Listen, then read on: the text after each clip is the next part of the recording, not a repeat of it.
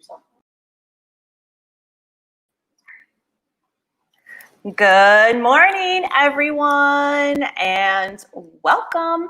My name is Angela Young, and I am the co-founder of Art Hive Magazine, and I'm so excited to welcome you all to the Business Skills for the Modern Creator presented by the Broward Cultural Division. And today is session number 2 on branding and marketing.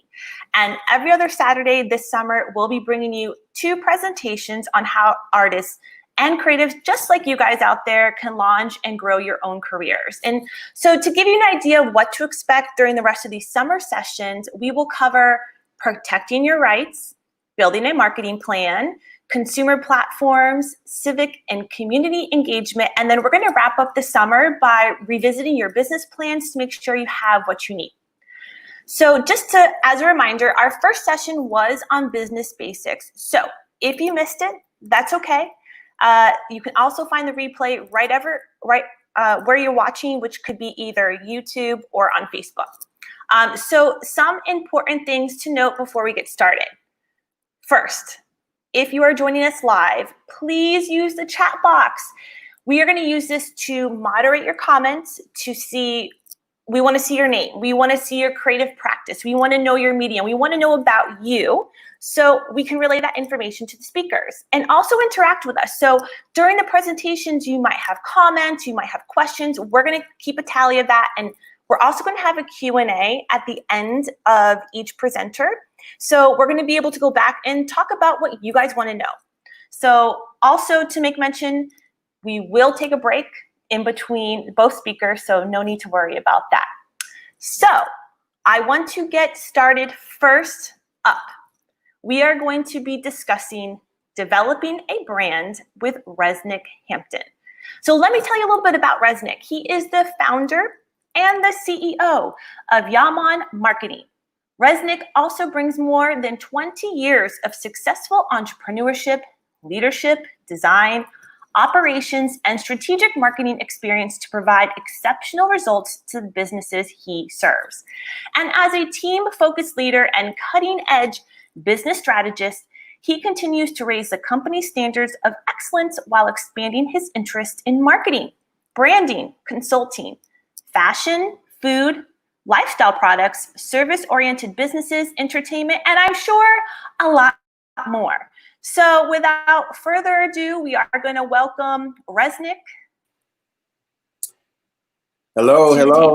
Resnick, we're excited to hear more about you. Guys? How are you guys doing today? Thank you for waking up so early and joining Art Hive and myself for this presentation. I hope that I can give you some information that you can use. And I hope that you guys can ask questions that will actually generate some great ideas. So with that said, one of the first things I want to do is ask the question, what is a brand? If anybody out there can tell me their definition of a brand in the chat window, we share it with everyone else. So does anyone have a brand definition that they would like to share? Didn't see anything in the chat. Okay, so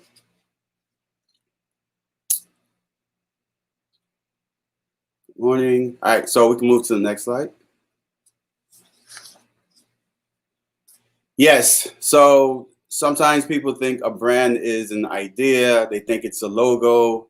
They think that, just because you create a logo that you're creating a brand, and that's not really the case.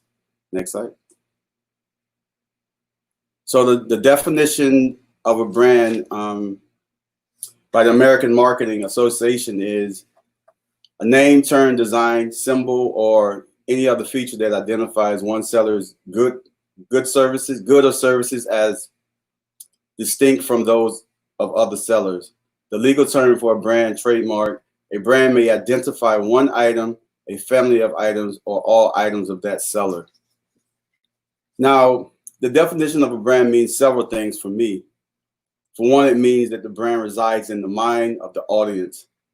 not in a thing such as a logo. It also means that a brand is constantly evolving as people experience new information about the company, the product or services. A brand is more like a cloud than a rock. And finally, this definition means that you can use the same creative techniques to shape any brand, whether a corporate brand, product brand, persona, business to business, or business to consumer brand. And here's how some other people define the brand. Steve McNair from AdCracker said, a brand is a sum of all the feelings, thoughts, and recognitions, positive and negative, that people in the target audience have about a company's product or service. Now, I like Steve's definition, but I think he should have included a person. He says a company, product, or service, but does not mention people, can have those feelings about other persons. Think about celebrities or athletes. How do you feel when you see them speaking on TV or in commercials? What feeling do you get when you see a Tom Brady? He's a brand himself. And my favorite quote is by Steve Jobs, when he talks about branding is all about your audience. The same thing all the time. This is who I am, my personality and story. This is what I look like, and this is what I can do for you. This is by far my favorite brand definition. It's really simple. You are what you do over and over again.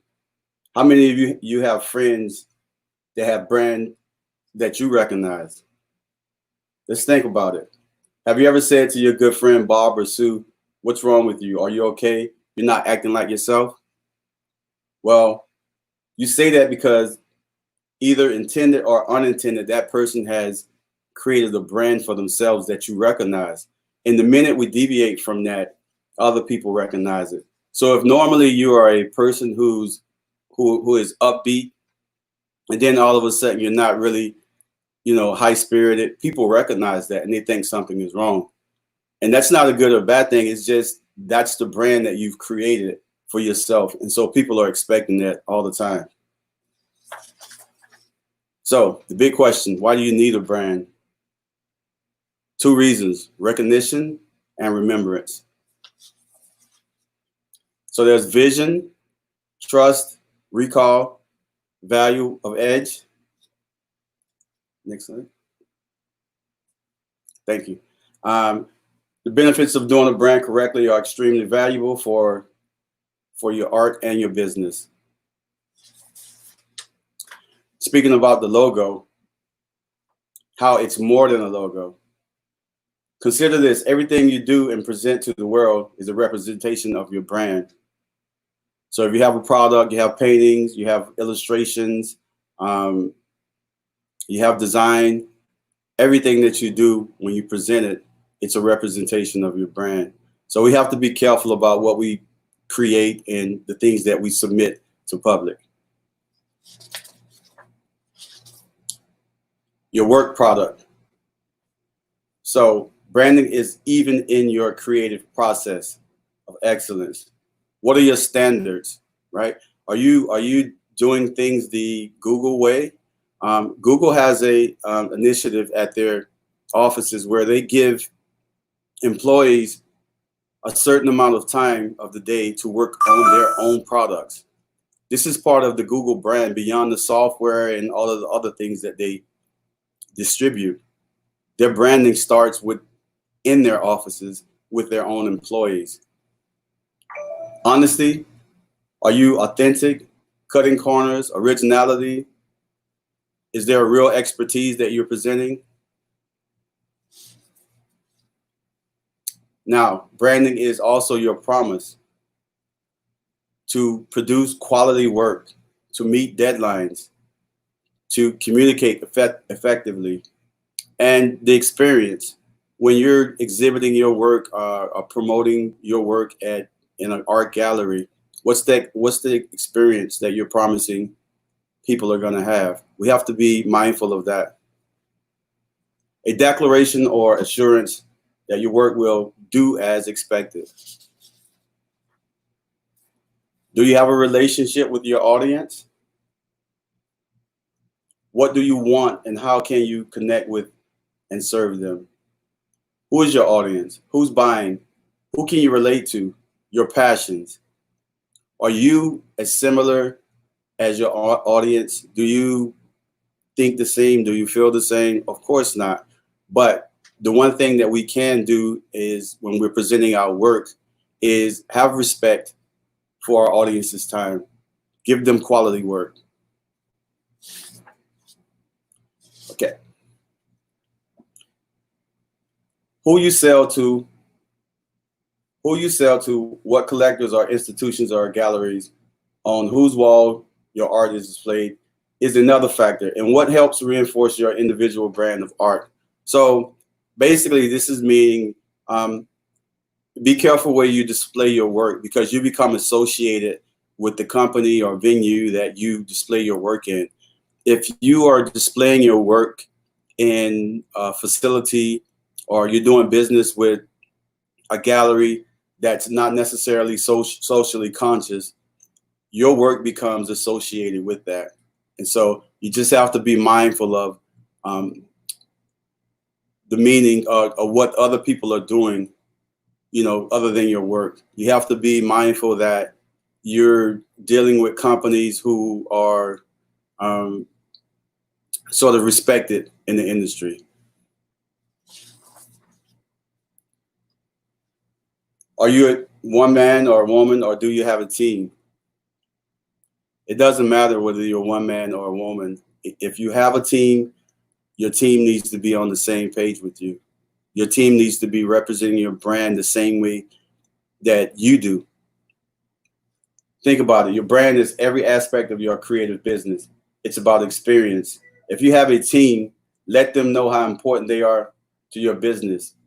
I got a great example of working with JM Family. And some of you guys know Mr. Jim Moran. He's since passed. I think he started Southeast Toyota. But he was an incredible leader. And as an employee for that company, he always made you feel like they really needed you, like the company really needed you. So I thought that was just part of his brand, his personal brand, where he always gave you his attention. When you spoke to him, he made you feel like you were the only person in the room. And I always thought that that was an incredible attribute to have. Now, design matters. How your brand is presented is important. Are you framing your work? Is your, when you display work, do you frame it or is it unframed? Are there certain color patterns or certain color walls that you put your work on when you display it? So even setting up and displaying your work, means a lot. Another quote from one of my favorite guys is, design is not just what it looks like and feels like. Design is how it works. How does your exhibit look is important to place art pieces in a particular space or exhibit. Sorry about that. A little nervous on that slide. Now, do artists need a logo? Do you have a logo? If you do, how long have you had it? What was the process of creating it? And again, in the chat window, anyone can jump in if you have comments along with, with what I'm saying. Please feel free to, to type it in. Next thing you have to do when it comes to branding is be really consistent.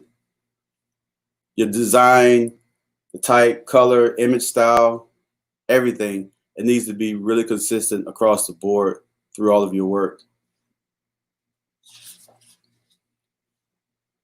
Next, brand activations. It's about partnering with other people.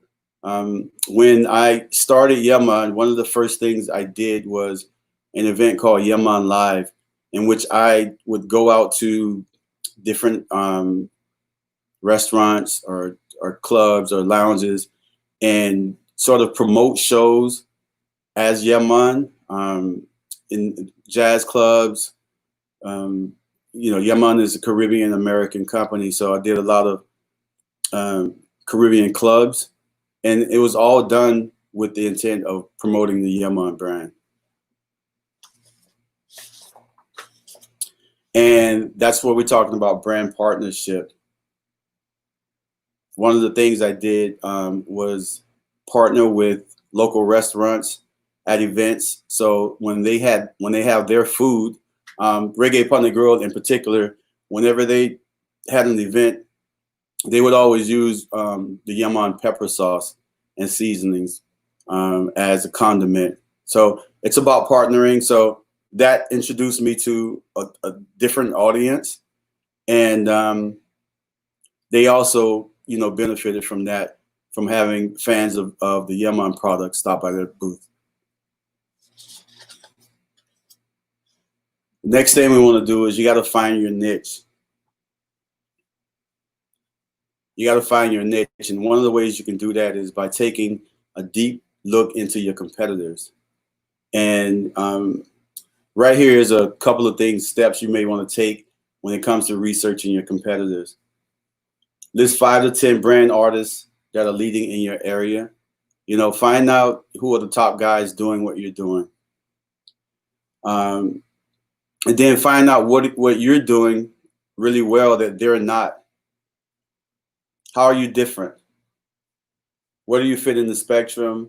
And are there any gaps you can fill? To take a deep look at your competitor, there are websites like SpyFu, SEMrush, Twitternomy, and Facebook that'll give you intelligence and of competitive analysis on your competitors. SpyFu is a site where if your competitors have a web page, you can type it in and it'll tell you the activity, how many people are visiting their page. It tells you what type of ads they're running. And you do all of this to find out, hey, it'll tell you what keywords they're running. And you do this to find out if they're doing something that you could possibly get in on.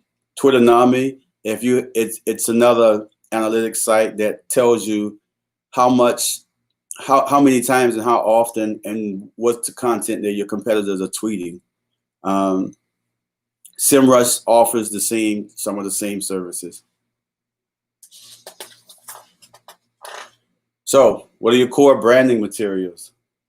Logo. Do you have a story? A story. Why did you get started painting or drawing? Whatever it is that you do, what's the story behind it?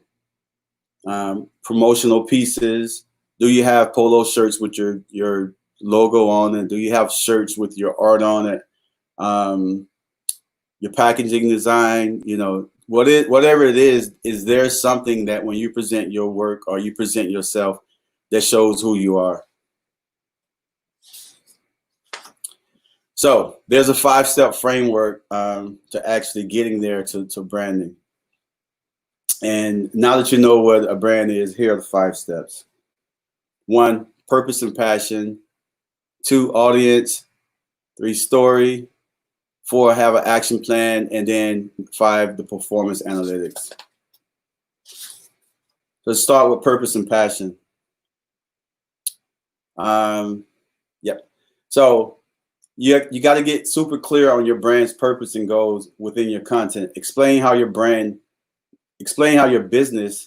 is the solution to consumers' needs and values. Set clear intentions behind what you hope to achieve through content messaging. Consider things like increasing sales, downloads, video views, and email opt-ins, and improving customer retention. Number 2, your audience. Think about your niche audience segment. Craft content that will resonate with each of your ideal consumer groups. Use the millennial micro markets as a resource. 3, your story. Your brand is what makes you unique and will separate your brand from industry competitors. Stories are powerful tools in human communication. The human brain responds to the descriptive power of stories in deeply effective ways, influencing both the sensory and motor cortex. Number 4, you got to have an action plan. Now's the time to organize your content curation procedures. Define who's in charge of creating the content and publishing schedule. This process will be native to you, your brand, and your industry. Use social media content calendars as a resource. And by the way, I did give sample ideas of content calendars. And at the end of this, I'll have an email so you guys can contact me if you need any more resources or have any questions. So, Resnick? Yes.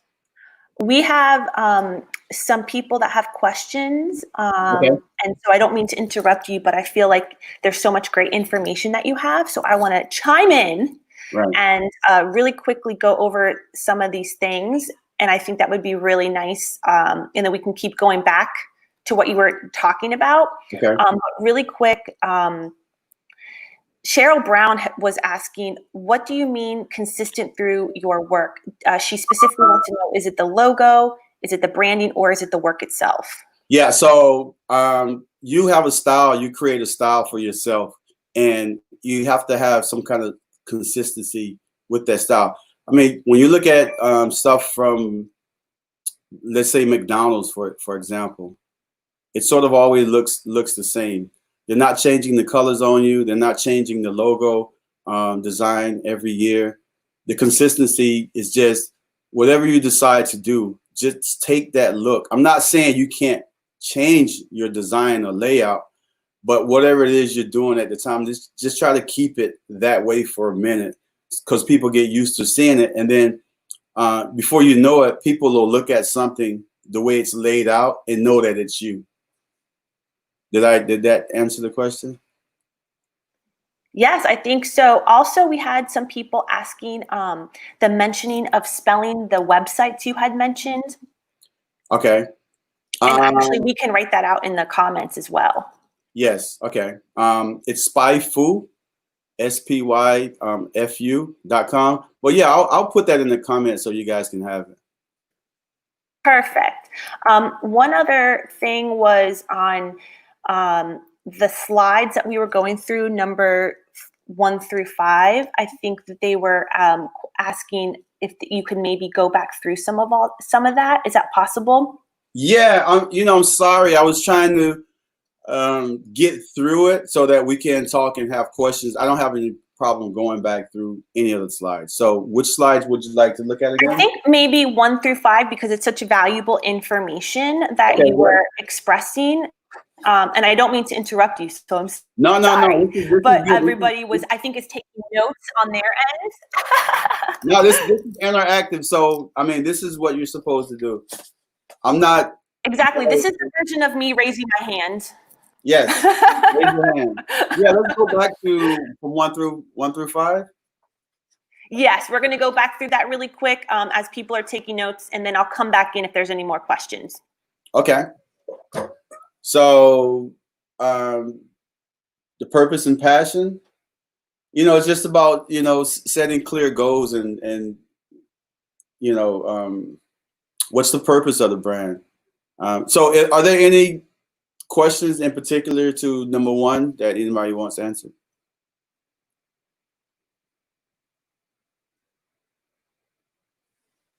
At this time, I don't see any populating. But if they do, I will put it back up onto the screen so you can see it. All right, cool. Yeah, so again, it was just about, just being really clear, super clear on your goals. When you're clear about what you want to do, it just helps you when it comes to designing and the moves you make as far as your business. When you're not clear, you can waste a lot of money and waste a lot of time going back and forth, switching up things. So number 2, the audience. Where am I at here? Sorry. Oh, so we were talking about thinking about your niche audience segment, like who's your product, designed for? A lot of times people will say, who you're marketing to, and they say, well, everybody.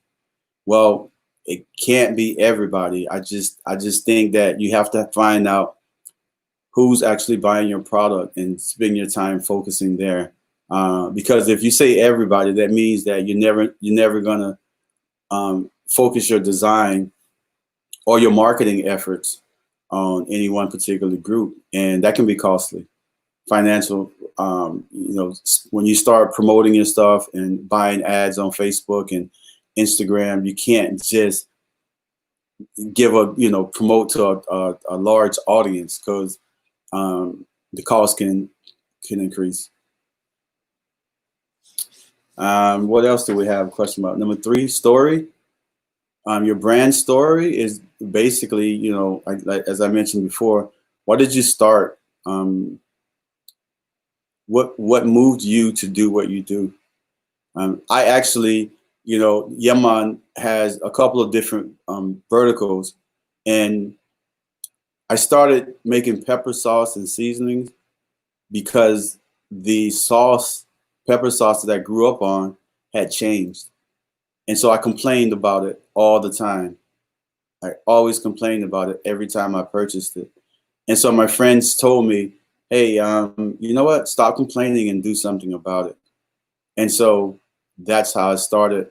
That's how I got into the food business, because, I wanted to do something about the sauce that I was eating. I wanted to make sure that it was good. So that's my story behind that. So what's your story? Why did you start painting or doing whatever it is that you're doing? What is it that drove you to do it? Okay. And the action plan is just, again, being organized, sitting down and actually, having a list to go through and do things. And I know that's tough, being a creative. I myself thought I wasn't, and I say I thought I was an illustrator until I went to the Art Institute, and I realized that, man, these kids are really, really, really, really good. So I need to, find another thing to do, because I won't. Well, at least that was my thinking at the time. So I developed the action plan to learn some other things, not just freelancing, not just sitting and waking up in the morning saying, hey, I'm going to do this today, and tomorrow you wake up and you're doing something else different. So just developing that action plan so that you can, be more focused and, just start, checking off some of the things in your list. And the performance. Resnick I'm sorry to interrupt you. Samantha Jones on number 2 had a question. If you can give tips on how to find your audience. Yeah. So again, there are some resources that we can use to actually. Did I put them in here? There's some resources that I'll share with you at the end, or I'll send websites that'll help you find your. What is it exactly that she does? Can I ask? Angela? What is it? I am here. I'm asking her in the comments right now. Oh, okay. Yeah. Yeah, so there are some websites now. I'll share some of those with you at the end.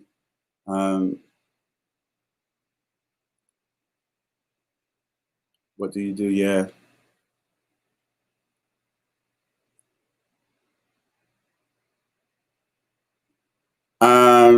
I see Cheryl is asking, what are some items that might be on your action plan?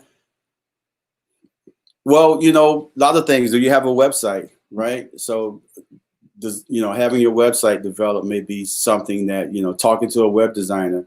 If you don't have a logo, creating a logo. If you don't have a pricing formula, sitting down, creating that pricing formula.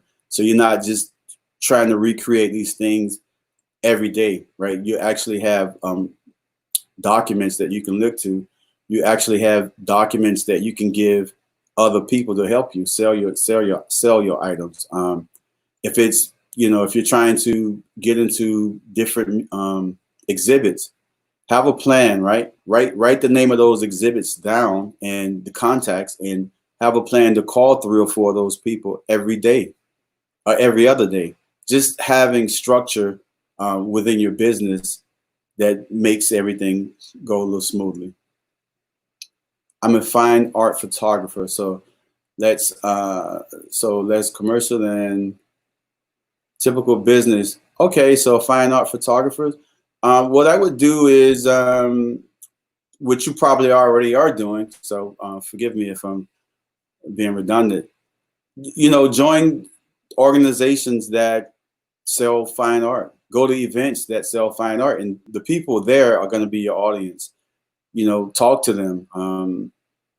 Start an email. Start a Facebook group. You can start a Facebook group for one that deals with people who are fine art, and you'll find your audience there. Then you collect emails, collect phone numbers, those different things.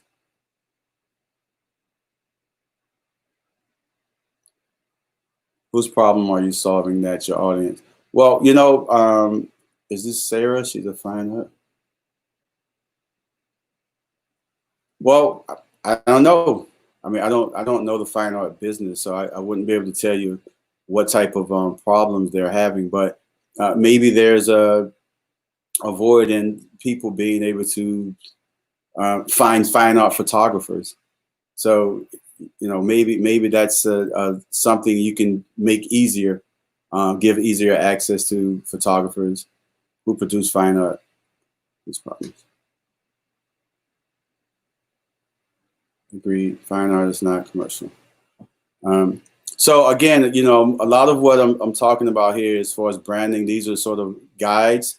They may vary depending on your skill set or your actual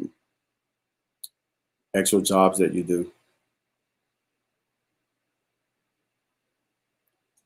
Artists, so sculpture, painting, etc.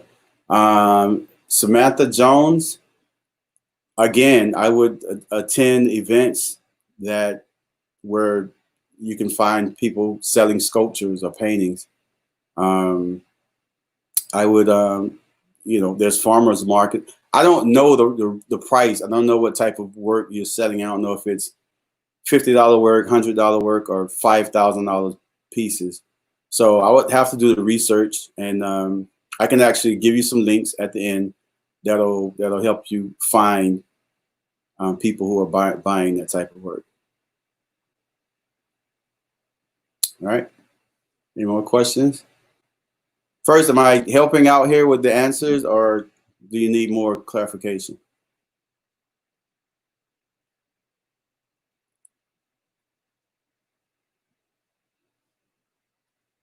Hello?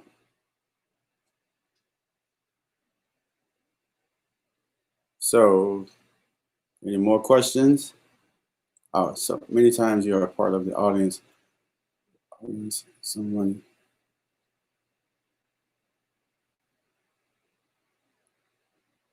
Yes, Sarah, that's a great comment. And thanks, Samantha.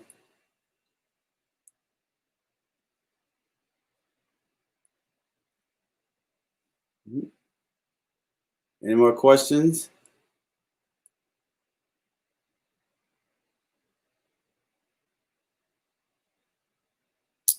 Okay, so where were we? I think we were getting to be at the end of, anyway. Oh yeah, so I just kind of want to show you some things. This is a pepper sauce company that I started called Yeahmon, and seasonings, barbecue sauces. And, part of the branding, for this particular product is, I have this guy, and, the logo, the colors, it's the same throughout. If anytime you see any of the marketing collateral for this particular product, it's going to look the same. You're going to recognize it. Well, if you see it enough, you'll start to recognize just by the way I use the font and the angle. All of that stuff never changes. Thank you, Yenny. Next slide. So here's the Yeahmon apparel, which you can also go to yeahmonapparel.com. And again, a lot of this was done through, I started selling apparel because I was using apparel to help promote the pepper sauce business. And people liked it, so they started buying it. So I went from giving it away free to selling it. And you have to be able to recognize, things like that and make adjustments. But after I started to sell the product, I came out with a whole plan. I created an action plan on the things I would sell and the artwork, the styles. As you can see, most of everything is red. Number 5. Please, performance analytics. Okay, Stacy, we'll get to that. Performance analytics. Oh, this is just about selecting a content metric tool that will report content performance data to ultimately optimize your efforts. Track your content performance for at least 3 months. And that's basically, if you're using Facebook and you're running ads, look at the analytics. Don't just run the ads. See, if you have Google Analytics for your website, see what time people are actually visiting your website. So, for example, if you're going to be running ads on your website, you want to see when the optimal time to run that is. So that's basically performance analytics. Looking at the numbers and creating campaigns around that time of day or night that people are actually visiting your site, that people are actually visiting your Facebook page. So again, there are many tools. I think we shared a link that's going to help with a lot of this. Yes, there is a trademark process. Unfortunately, I'm not dealing with trademarking right now. I think there's actually going to be a class on that. I mean, a speaker presenting that, so I don't want to get too far into that. So, Stacy, was the performance analytics? Are you good with the answer? All right, cool. Yeah, so the apparel has a really different look than the product. Why didn't you make it more similar in design? So, what I mean, the apparel. One of the things about the Yeahmon brand is everything is always red. All right, and the fonts that's used is always the same font. So that's where the similarities come into play.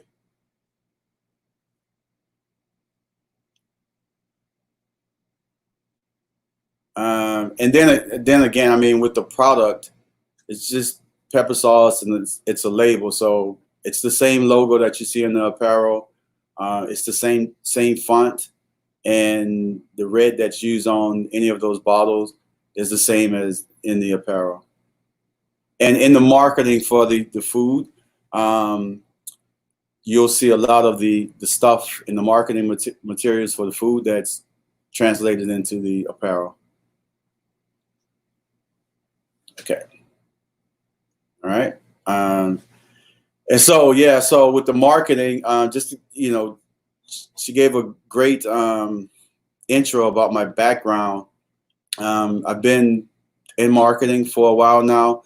I started as a graphic artist. Well, not even a graphic artist. I started as a production artist. And I sort of, worked my way up, went through the ranks from doing graphics, art direction, and everything else, some video, some animation. And so I decided at some point that I just wanted to take that leap and start a marketing business for myself. I mean, it's not for everyone, because there are times when things can get extremely difficult when you're used to getting, if you're used to making a certain amount of money and getting a paycheck. It's really hard to go away from that and know that the only way you're going to get that paycheck is if you go out and sell yourself. But I would advise anyone to do their own thing. It's very fulfilling to, create your own product and come up with ideas that'll help your own brand and not someone else's, in a sense. Yes, the apparel has its own website. It's called YeahmonApparel.com.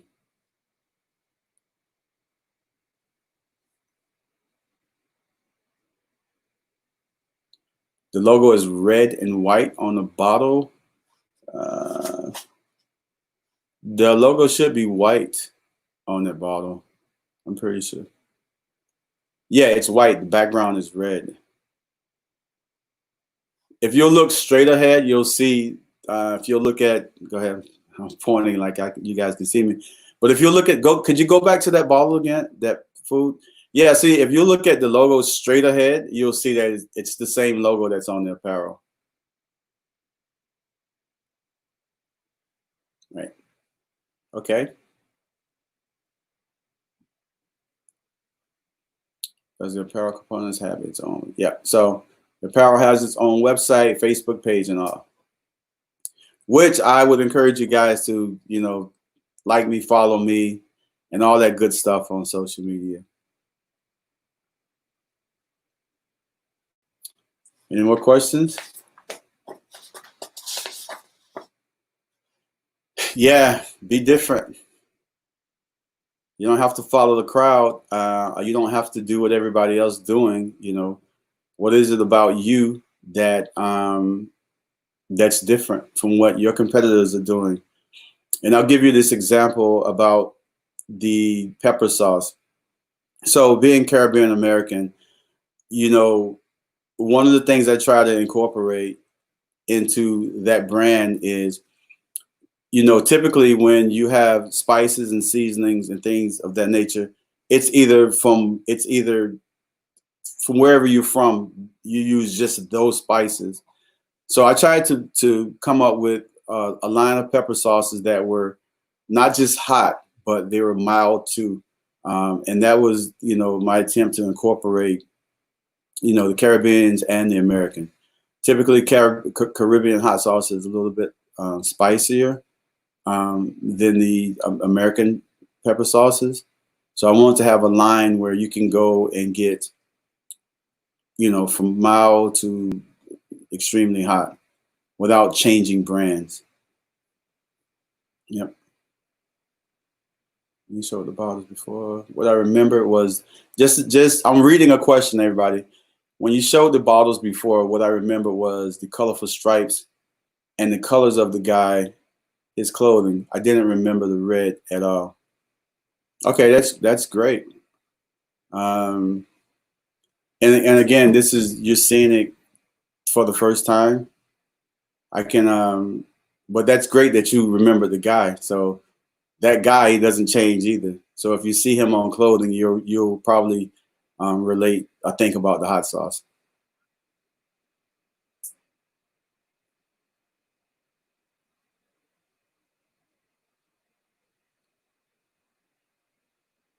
Yes, that is true. What Binu Art is saying about pricing. Mm-hmm. Okay, any more questions?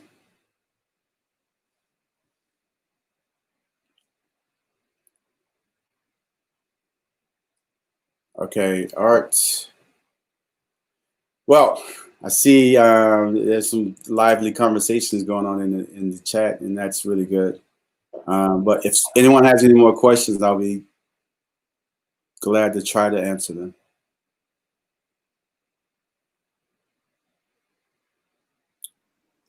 Okay.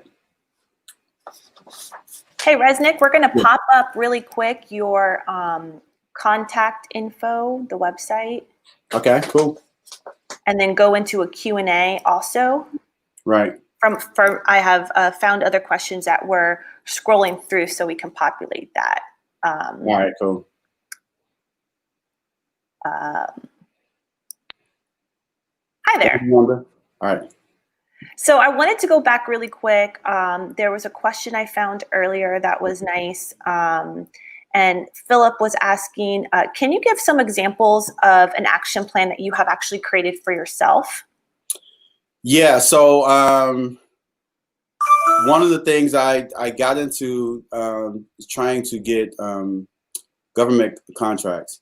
So there's a formula to get into getting those contracts. So the action plan I created was you have to it's sort of a to-do list, if you will. So I created a list of things that were necessary before you can even start to bid on contracts, like registering at different sites, getting certain certifications. So I created a list of those things. Then I would start going after contracts. And I think that leads into kind of what Cheryl was asking. What are some items that might be on your action plan? So it sounds like what you were just stating right now. Yeah. Okay. Like for example, with creating the apparel, I started with being able I have to have someone who's gonna where I can buy the apparel from. So finding a company that's going to give me the apparel at a reasonable price within my budget. The next thing I needed to do was create content, create designs. And so with that said, I created a plan to I'm going to create I have five designs created today. Maybe these designs are all text, right? No images or anything. So then I created a plan to have a character. If you'll see on some of that, there's a character that was created. And so now it's like, I'm just going to create nothing but this character in different forms and in different situations. So I never just woke up and thought, what will I do today? I always had an idea of what I was going to do. Not to say that you got to be married to, things. I'm fluid. Things change because you get other ideas, but at least having that plan and having things written down, I'll keep you on course, keep you from getting sidetracked. And myself, I need that because again, being a creative, my brain is always like, I'm always thinking. And if I don't have a plan in place and something to stick to kind of just keep me focused on that, I'll never get anything done. So Paula asked a question. She said, must you have a website or can you use just Instagram or Facebook as an individual artist? And I think she's a photographer. You know what? That's a great question. What I would say is, here's one of the things I would look at. I would look at who some of the people you're competing with and what are they doing. If everybody you're competing with has a website, it probably makes sense to have a website, unless you're just really exceptional at marketing your stuff with the other tools. But people are trained to go to websites. The first thing they want to do is see your .com. So can you sell your products just using Instagram and Facebook? Yes, you can, if you put in the work. But would I suggest having a website? Yes, I would suggest you have a website. They complement each other. So Deborah is asking, I'm not sure how you can answer this, but can you give an example of successful client marketing project? I think what she's asking maybe that you might have done, or maybe one in particular. I would like to think they are all successful. Of course. Yeah. So, I'll use Reggae Upon the Grill, for example. I've done many of marketing projects for them. There's another club, I'm not sure if you guys are familiar with it, called the NYSW Jazz Lounge. I did a lot of marketing stuff for them when they first opened up. I thought it was pretty successful as far as helping them to get clients into the door. And then numerous other things, logo creation, as far as branding kits. I just did some work with some attorneys where I created websites for them. There's a successful campaign that I ran for a local official who was, I don't know if they want me to mention their name, but who was actually running for office. So the Yeahmon marketing team did a lot of work for them as far as, designs, brochures, leaflets, pamphlets, and all of that stuff, and gave it a consistent look. Perfect. One thing I wanted to go back to, you had made mention to something that was interesting to me.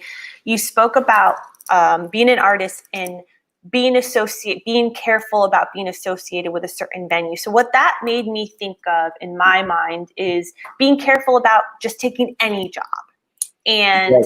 How does an artist do that if they're thinking, I need money, I have to get this opportunity? And how do you level that out with, but is this the right move for me? What do you suggest?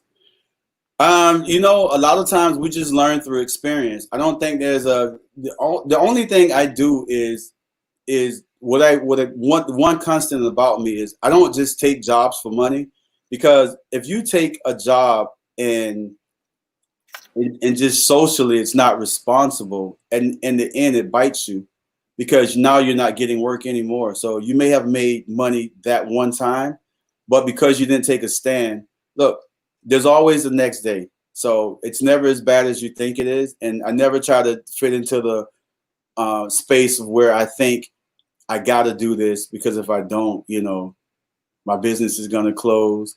It's never that bad. You just got to breathe and keep going. I mean, but if you're taking something, take it because you truly want it. And if you don't care, you don't care. So just speaking for myself, I just make sure that I don't just take any job. Like, I'm not gonna take jobs where it's dealing with, people who are wanting me to do things illegally. Hey, that's a good start. That's a good idea. Right. And even beyond that too, I think what you made me think of is just being able to sleep at night and being proud and having Right. integrity in your work versus just doing anything because you feel like you have to. I always remember we did an interview with Wendy McClevin Covey, who mentioned something just like what you said about how you can't just take any job. So she would do, even as an actress, she took a small job on the side so she wouldn't have to be desperate. And so I think that's a wonderful message to share with everybody.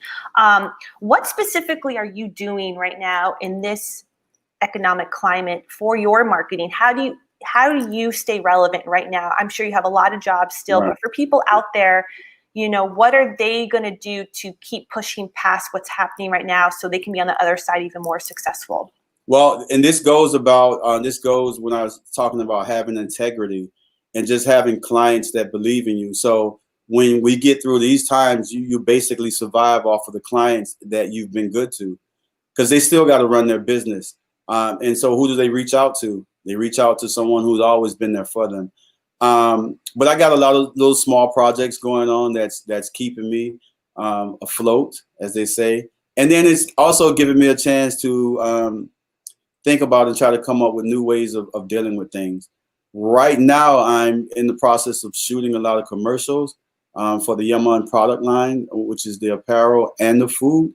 So that's been my focus for like the last month or so. That's great.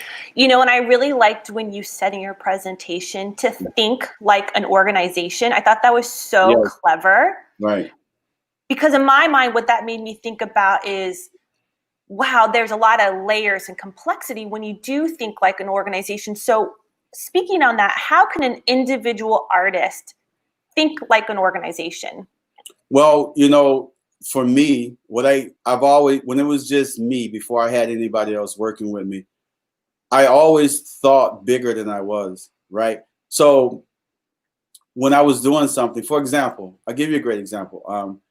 If I was working and doing something in Photoshop, now Photoshop has layers when you're doing compositing. I always thought about, it's very easy to just use those layers, not label them, right? So you're just doing the work. But then I was thinking that I'm not going to be doing this one day. And when I pass this on, the next person is going to need to be able to be able to identify the layers so they can go in and make changes quickly. And that just comes from, being organized. That's part of thinking like an organization. Who you're going to pass this work off to? When it comes to you talking to people, when you go in to talk to people to get jobs, like, are you dressed professionally? Dress like you would dress if you were working in corporate America. Like it shouldn't be, you shouldn't dress down or be away just because you're working for yourself. That's a great point. Dave has a nice question here. He's saying, I'll just pop this up really quick. For artists, is physical marketing collateral really needed, or should most efforts be in a social media presence? That's a great question. I would say that, look, you know your audience, right? So there's a great photo I saw where there was a Da Vinci, and he was there was an artist, there was a drawing, a painting from Da Vinci that was on this bag.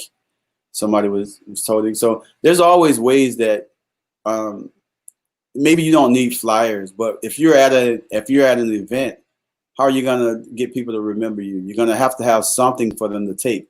So the amount of collateral you need may not be to the extent that I would use as a marketing agency, but you still need something, whether it's a cup holder or something that you can give to someone that'll remember you. That's a great point. I wanted to go back. I know that there was a question I had seen from Philip.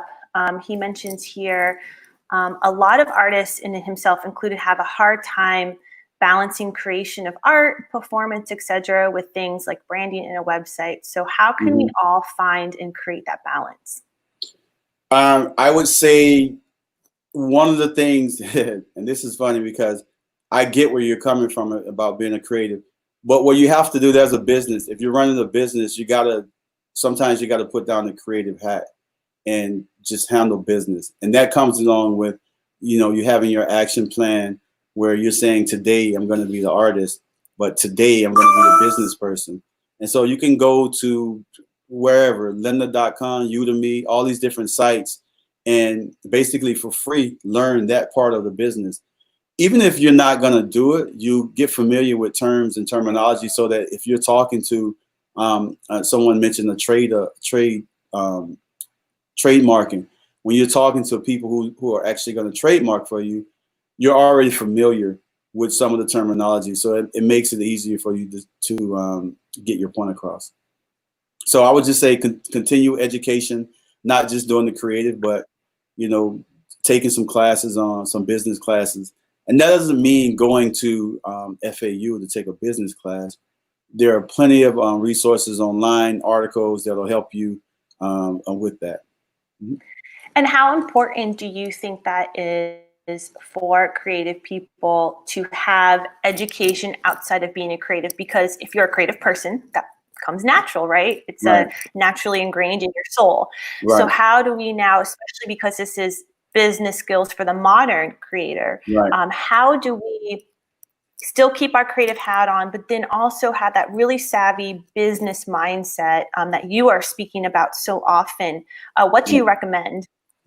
Well, a couple of things you can do. Some of us are just not going to be that savvy business person. So it's important to have partnerships too. Maybe there's someone that who has that ability to do that. I would suggest partnering with them. Now, the thing about partnering, you have to give up something, right? So, just keeping that in mind, that so maybe that's not your strong suit. Find somebody that you trust, and sign paperwork. You got to always sign paperwork. Don't just do things. Even with your best friends, you have to make sure that there's a real clear understanding about what you're expecting of them and about how they're going to be compensated. Get that, that's the first thing you do.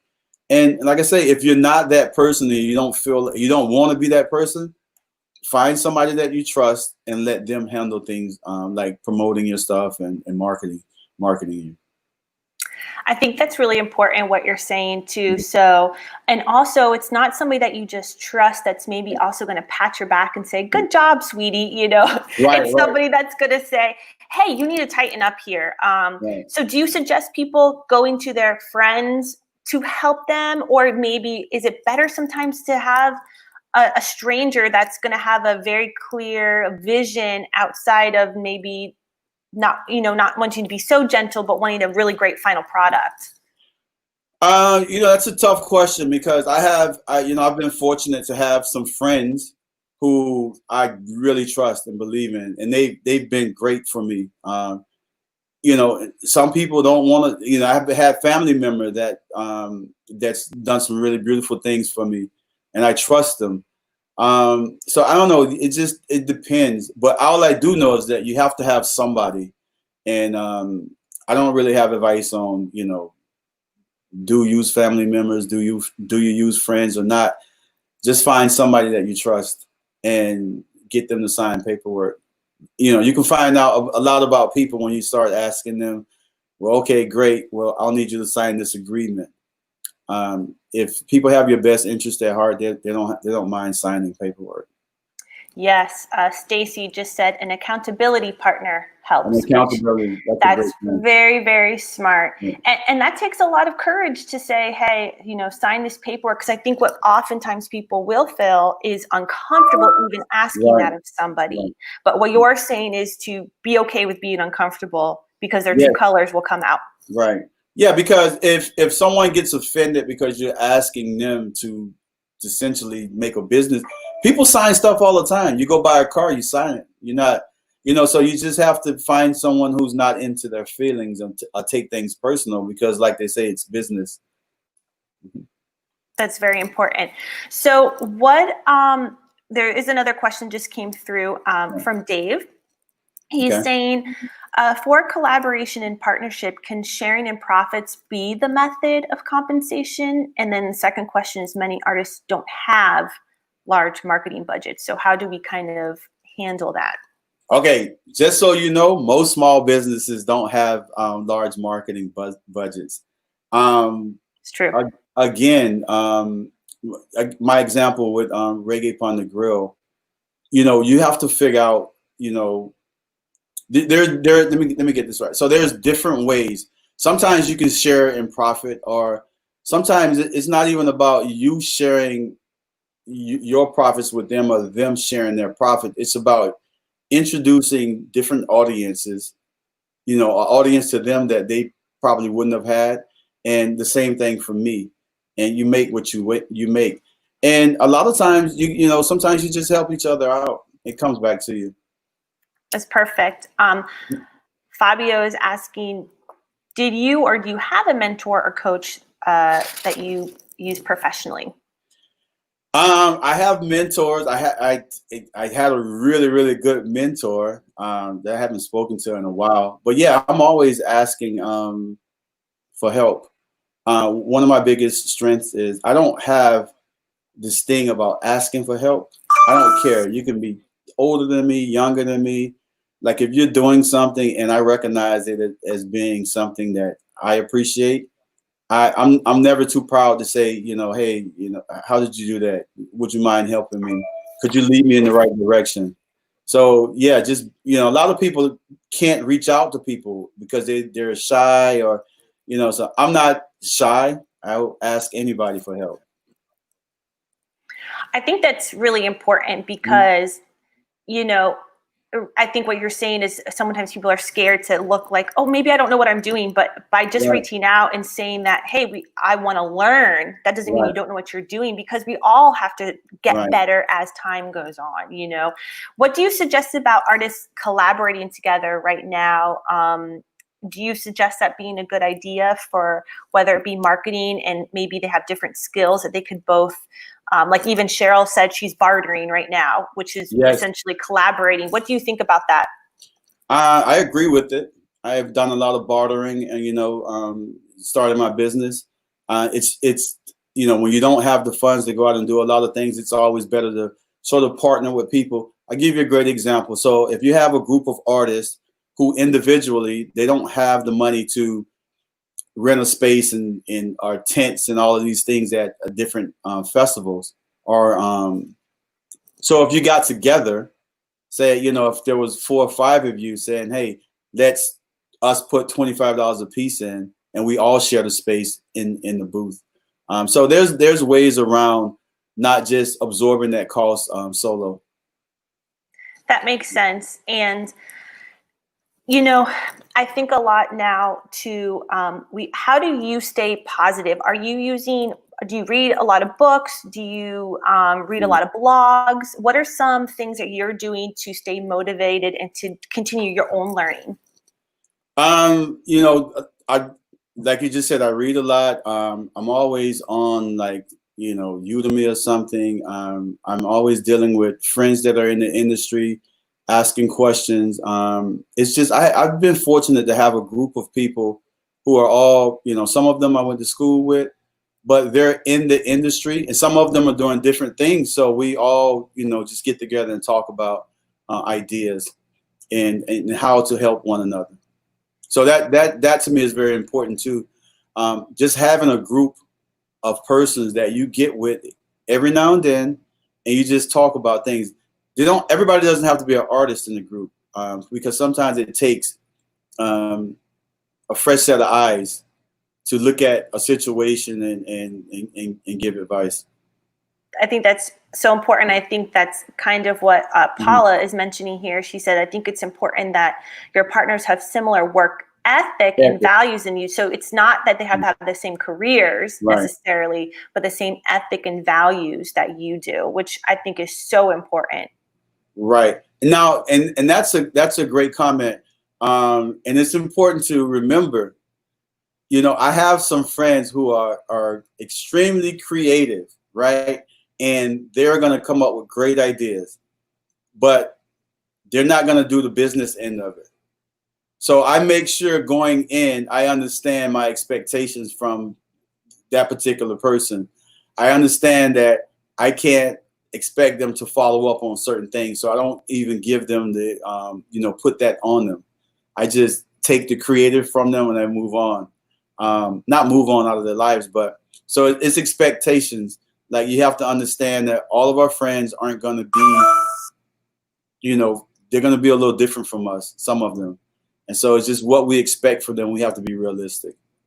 Well, what do you suggest, though, if you start to collaborate with somebody that maybe you thought had those expectations that they were going to accomplish those, but then they don't? Right. Do you suggest just trucking through and pushing through, or is it better to back out even if it maybe delays your own work?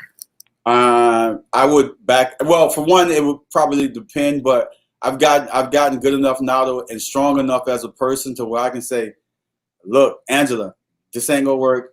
I gotta find somebody else, because I won't, it goes back to branding and your reputation.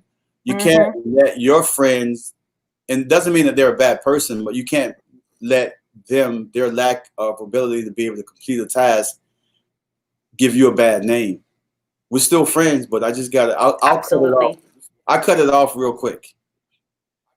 So I like what Fabio said here. He said, I just started a Zoom group with 2 other film and TV professionals to see what ideas can come out of what we experience. That's such a clever idea, because if we can't be in person, this is a fabulous way to continue promoting yourself, coming up with new content. Because if there's another side of this, which we all know there is going to be, we have to come out just like we normally would have, even smarter, Absolutely. Yeah. I recommend groups like Fabio is doing. I'm in several groups, and we just collaborate. And you will be surprised of how, especially when you're dealing with people who not necessarily do what you do, because they look at things differently. I've been that person to where I'm sitting in a group, someone has an issue. It's not something I do, but I'm looking at it from a consumer saying, no, here's what I see. I know you're marketing to this, but I'm seeing this. And sometimes, it helps give clarity on and focus to a person's marketing plan. That makes a lot of sense. And I think my takeaway too from what you're saying just on that point is to be around people that inspire you in maybe new and different ways, especially when we're talking about branding and marketing and thinking outside of maybe our comfort zone. I want to know specifically, how can people stay in contact with you and follow what you specifically do? Okay, so you can always reach out to me at rhampton@yeahmonmarketing.com. I have a Facebook page, Resnick Hampton. You can follow me there. And I'm actually in the process right now of putting up resnickhampton.com. So those will be definitely ways you can follow me. And before we close out your session, I'm just wondering, is there any last thoughts that you want to provide to creatives that are listening around the world, Right. by the way, to this particular session? I would just say that if you have a vision and goal and dream, just, go for it, right? And don't be afraid of what people call failure. It's not failure. You learn, sometimes it takes you a while to get it, but just got to stay the course, keep waking up, keep smiling, and just, do your thing and have fun. Have fun. Have fun with It's so everything. important, right? Yeah, you got to have fun. You definitely do. So thank you so much for all of your knowledge and insight that you have brought to us today. Right. Everybody was really interacting a lot and had a lot of great questions for you. So all of your content is so relevant and it's so perfect for what we have going on in today's world right now. Thank you, Resnick, so much for everything that you're doing. Thank you. Make sure you guys invite me back. Yes, we'll have another one. All right. Thank you so much. Bye. So I hope everybody enjoyed Resnick's session. I thank you guys also for commenting, because this what is all about. Normally we'd be in person and we'd be raising our hands and interacting. So thank you so much for commenting and sharing with us what you have questions on, because that's what this is all about.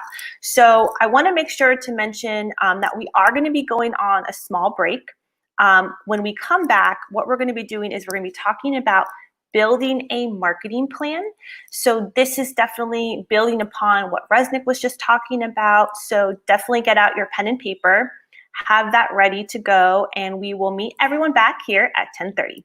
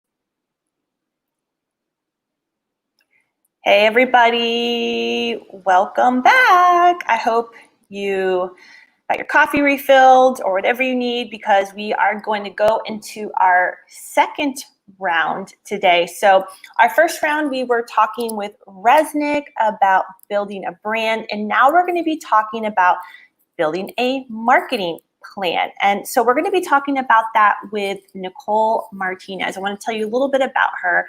Nicole is a veteran arts and culture journalist and communications consultant.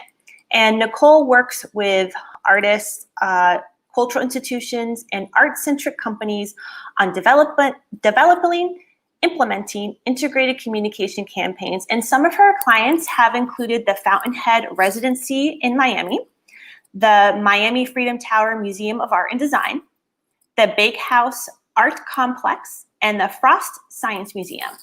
And her writing has appeared in a variety of the world's leading publications, which include Art News, Culture, the Art Newspaper, Hyperallergenic, and Wallpaper.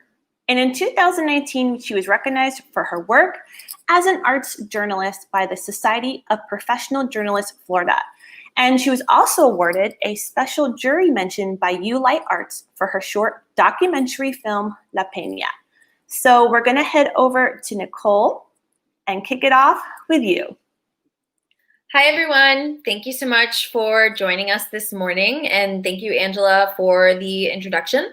If you have not attended an Artist as Entrepreneur discussion in the past, I really try and make this conversation as interactive as possible. Obviously, this year it's a little bit different because we are online instead of in person, but that doesn't mean that you can ask questions or go ahead and send live comments whenever you want to. So if you have questions along the way, please feel free to ask them, and I'll make sure that our moderators know that we have some time to answer questions, and also prepare for a couple of interactive components to this presentation as well. So let's go ahead and get started. Angela, if you could go ahead and show us the first slide. So I think that a lot of artists often feel like adding marketing to your task list is something that is nearly impossible to do when you are so focused on conceptualizing and creating. You know, marketing can feel like an extra step that you really just don't have time for. So what I really try and do through this presentation is teach you that it can be a step-by-step journey that fits into your life and your schedule, and that you don't have to do everything. You can just pick bits and pieces based on what your goals are and try and implement those.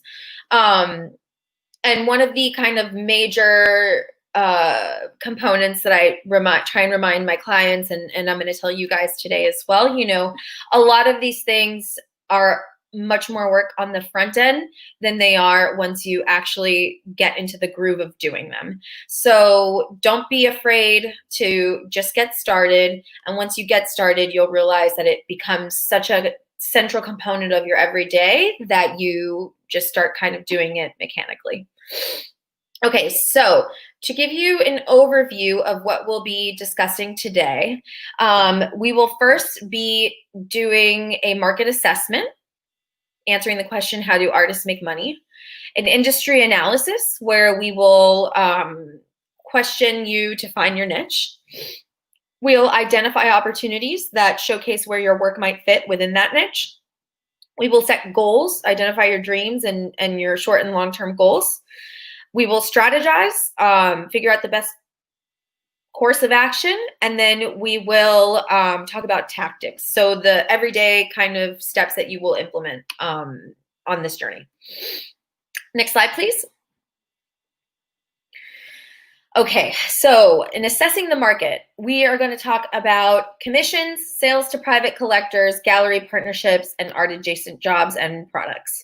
I think that most artists, especially emerging ones, don't start out as profitable, earning their entire living from artists, right? There's a lot of different jobs that we all do in order to make ends meet.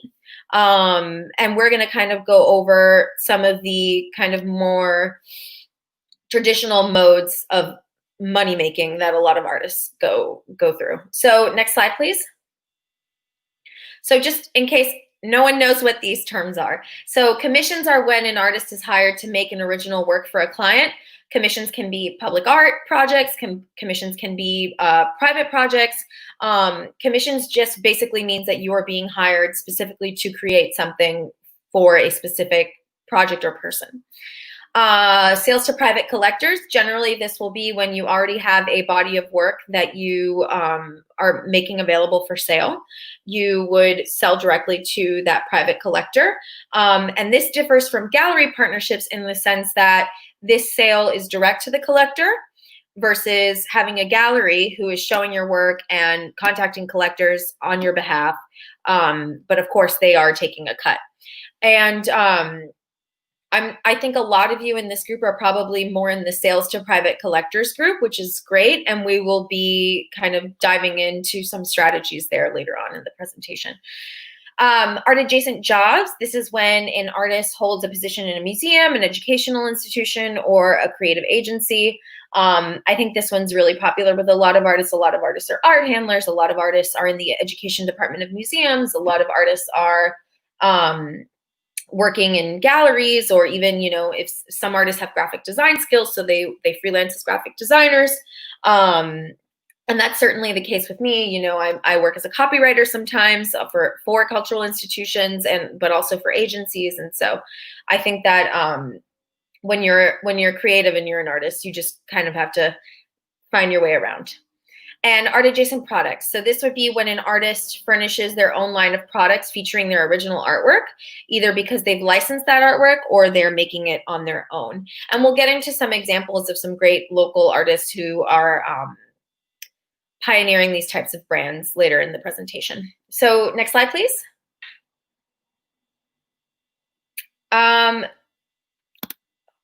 Just one second, because I'm seeing that someone says they can't hear me. Are you guys hearing me okay?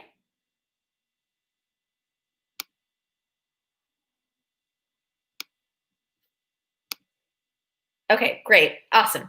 So finding your niche. So I think that there are a variety of industries that work very, very closely with artists that all artists should be paying attention to and considering how they can get looped in with, right? So these would be hospitality, real estate, interior designers, galleries, private collectors, corporate clients, and consumers. Next slide. So hospitality would be hotels, restaurants, and retail stores who are looking to artists to liven up their spaces and create buzz around their business. One example I like to use is Jesse Knight's work, which is at the Soho Beach House. And actually the Soho House has a lot of work by a lot of different artists. Kelly Breeze has some great pieces up there. Nick Mashi, another friend of mine, has some really great pieces up there. And you'll find, you know, I feel like a lot of hotels, or a lot of people, when they visit a hotel or they visit a retail store, they don't necessarily think about or notice the artwork that is forming a part of that space. But if you start paying attention, you'll really realize that most hospitality locations that you visit in Miami have some type of collaboration with an artist. Even retail stores, you know, a Club Monaco would have a beautiful installation, usually done by an artist. So it's really great to kind of pay attention to these places and see what type of art they have, and think about ways that you can fit into there, right? Next slide. So real estate developers in particular are turning to artists to decorate their condominiums with a carefully curated selection of work. A lot of times the development organizations will have a built-in kind of art department. Like in the case of the Related Group, they have 2 curators on their staff, and those curators are responsible for building George Perez's collection, but also the artworks that go into the condominiums that they are constantly building. I think that George is a very special case because he is so very invested in the arts, but a lot of times there are developers who are looking to partner either with agencies that work directly with artists or directly with artists themselves. Next slide. Interior designers. So this would be another kind of facet to real estate and hospitality. Usually when these spaces are being built and furnished, they are working with an interior design firm, and that interior design firm is usually responsible for sourcing the artwork that's going to go within that space. So I certainly recommend kind of getting a lay of the land of who is in your orbit or who you could potentially try and get into your orbit if you want to be partnering on a more frequent basis with interior designers. Next slide. So galleries, I think that this is certainly the most traditional route and kind of the holy grail for a lot of artists, especially those who go ahead and complete an MFA. Having a gallery as a partner, depending on whether or not it's the right gallery partner, is usually extremely beneficial for a lot of artists, just because if you are the type of artist who really just wants to focus on creating and making work and don't really want to be getting into the minutia of the marketing and the sales and the business, having a gallery that's going to bat for you is really, really valuable. Because not only are they showing your work, but they also have a roster of contacts that are collectors that they're frequently in touch with, that they're frequently inviting into their space or having dinner in their homes and so forth. And so this is, galleries are very, very powerful allies. Next slide. Private collectors. So rather, for artists who aren't working with galleries, but who want to be working nonetheless with collectors, developing those relationships on a one-on-one basis is usually incredibly fruitful, because what ends up happening a lot of times is that collectors want to support artists, so they introduce them to other collectors. Either they like host dinners in their home and invite them, or have parties and invite other collectors. And so that's kind of how an artist builds a following. And a lot of times, because these relationships are so intimate, you are able to strike better deals with collectors and make sure that they keep coming back for more.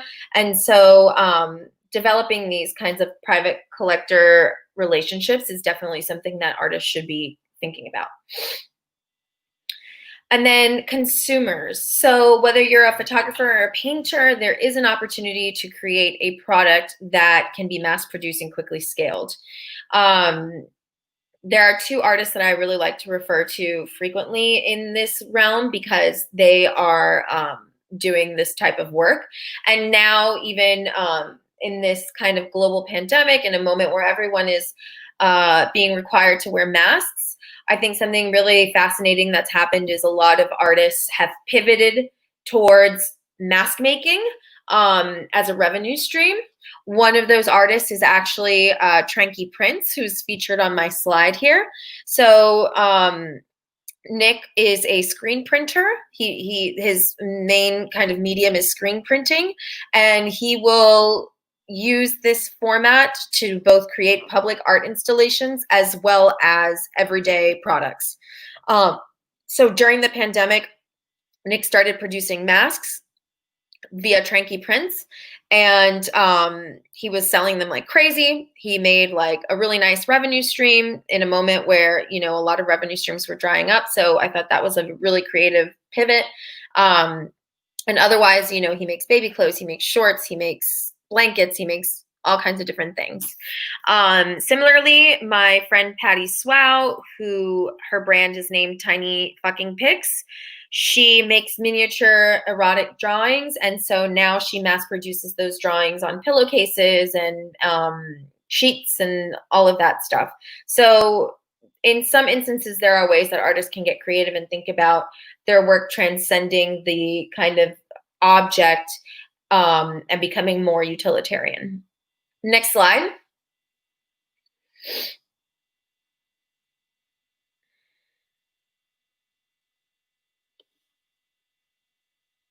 I think the slide is maybe jammed. Okay, so we're getting a question. The question is, how do you feel about artwork in hotels for free, exposure sales versus being paid by the hotel and they own the artwork? I think that it's a very personal choice, and it depends very much where you are at in your career. My personal viewpoint today at this stage of our culture and of our perceived value in the marketplace is that your work should never be given for free. It should always be compensated. And if a hotel is going to benefit from having your work on the walls, then you should be paid for it, especially because a lot of times we buy into the idea that the exposure will lead to sales. But that doesn't always happen, right? Unless that hanging of your work is also going to come with programming that puts you in front of people who could potentially be buyers, I wouldn't recommend it, right? So think about the trade-off. And if they want your work that badly and they have no budget, then I think that it's appropriate for you to demand, well, then you know what? I would like programming. I want 3 cocktail parties over the course of a year. I want access to an email list, and I want 10 social media posts about my artwork. And depending on that person's audience and following, then that's a decision that you can make.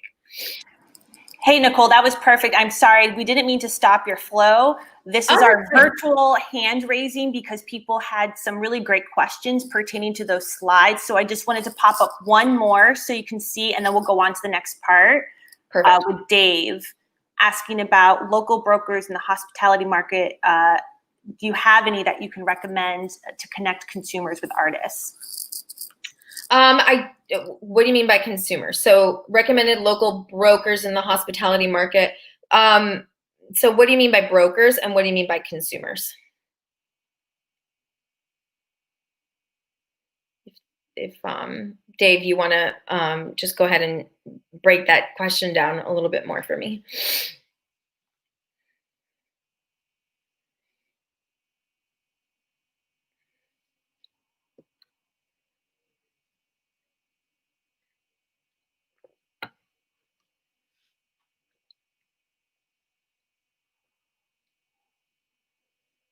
Is Dave still there?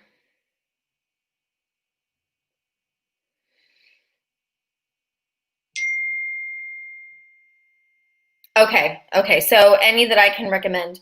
I think that there are a few that are working very, very closely with hospitality people. One of them is Shim Projects. I can't connect anyone personally, but what I can recommend is that you follow them, get a really good sense of what it is that they're doing, and then figure out if your artwork fits and if maybe there's an opportunity for you to cold pitch them. And that's something that we will be going over later on in the discussion. Shim Projects is one, and Mite Projects is another one that I really like and recommend that does both public installations and commercial works. And Amanda Sanfilippo, who runs the public art the public art program at the Miami-Dade County. She has her own kind of personal project as well, and she might be a good resource. I just cannot remember the name of her projects right now. Shim, that's correct. Okay, so, and Mite is M-I-T-T-E. Okay, so where does your art fit? So I think a big mistake that a lot of artists make is that they cold pitch without taking the time to truly understand whether or not their work, fits within the context of the person that they're pitching. You really have to understand that as like everything else in life, being an artist and becoming a successful one is a game of politics. And you need to really toe a line between being outrageously annoying and out of line and making in ways by identifying a value proposition, so to speak. So that said, identifying what type of work you are making is really, really important for you to understand who can be the audience that really wants to consume that work. So a couple of questions that I think all of us need to be asking. If we want to go to the next slide. You really need to kind of figure out where the work fits within the context of the marketplace. And it's always a good idea to research other artists who are making similar work and figure out where they are selling. Examine which brands fit your niche aesthetic. So identify brands that are showing work that is very similar to yours, and then connecting with galleries that also fit that aesthetic. So you wouldn't contact a photography gallery if you make abstract paintings, right? Or you wouldn't contact a brand that shows geometric abstraction when you make photography. These are kind of some of the things that you need to be aware of when you're trying to figure out who is going to be your next pitch and where you're going to pitch and whether it makes sense, because you don't want to just be sending emails to people and then be added to like a blocked list, right? Can we go actually back one slide so we can review some of the questions that I'd like everyone to kind of answer? And we're not going to make this interactive right now unless I've got a bunch of comments. I'm going to go over there and check that right now. But maybe after today's session, something that you can do is go ahead and sit down with a journal and kind of go over these questions for yourself and answer them. So things that we want to be asking ourselves: what type of work are we making? What's our medium? Are we painting? Are we sculpture? Are we photography? Are we overly conceptual? Are we very straightforward? Are we decorative? Are we craft? These are kinds of really important questions for you to answer, because it's going to dictate a lot of where you're pitching, right? Who and what are your historical influences? Who are your contemporaries? Who are the people that are making work that looks a lot like yours? And what are you trying to communicate through your work? We're gonna get a little more into the weeds with that during this presentation, which is a lot about your artist statement and how you present yourself. But these are all kinds of really important considerations, because a lot of times, 9 out of 10 times, your work becomes more interesting when you can readily tell somebody what that work is about and have it be something that resonates with them on a relatable level. Okay, so let's jump 2 slides.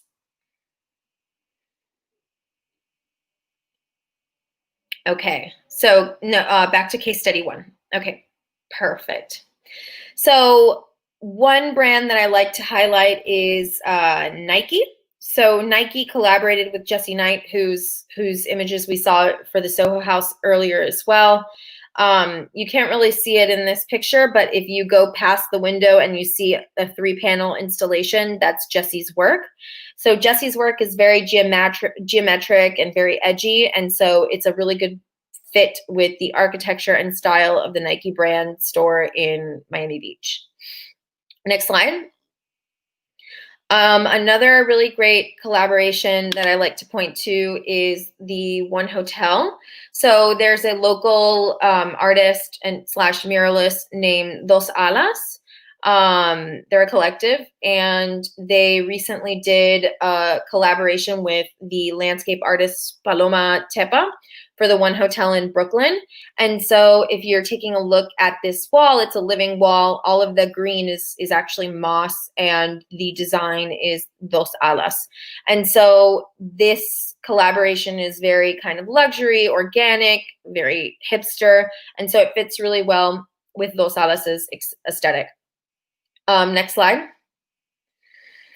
So once you've kind of assessed your work and determined where it fits in the marketplace and answered all of these questions, I think another really great exercise is to ask yourself what success looks like for you.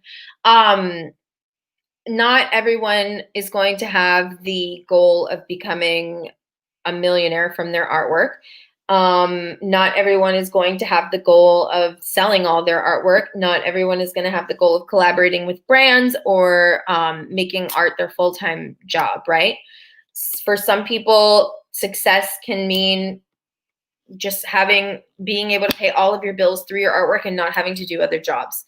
For some people, success can mean getting a gallery. For other people, it can mean getting a commission from a big brand. Like, I think that determining what success looks like for you is how you get to a place where you are now also setting a goal, and then with that goal, developing a marketing plan.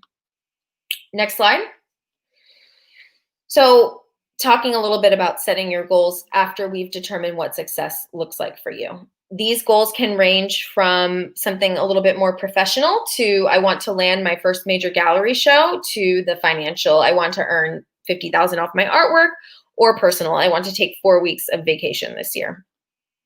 So setting a goal is basically 3 different steps. You first identify your niche market, which industry you want to target, basically, which ones are going to be most aligned with your aesthetic. You identify the revenue stream, determine whether the money that you're going to earn is going to come via commissions, private sales, products, adjacent jobs, or galleries, and then you make a plan. You determine which marketing strategies will allow you to reach those goals. Next slide.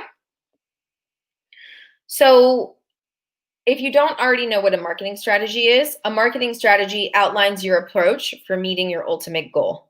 And that strategy will help you determine which tactics you need in order to put in place in order to achieve those goals. Many artists today are working in the digital realm. I almost exclusively do digital marketing. I don't deal too much with traditional advertising, which can be very, very expensive. And it's also a lot of times not really where your audience is anyway.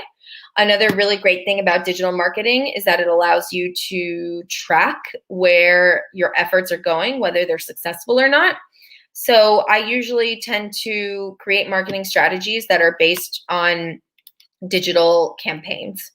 And these kinds of strategies generally have 4 to 5 different components, which we're going to review in the next couple of slides. Next slide, please. So when you are setting up your marketing strategy, you need to have a very clear communicative goal. And I wanted to share 3 examples of some goals with you today.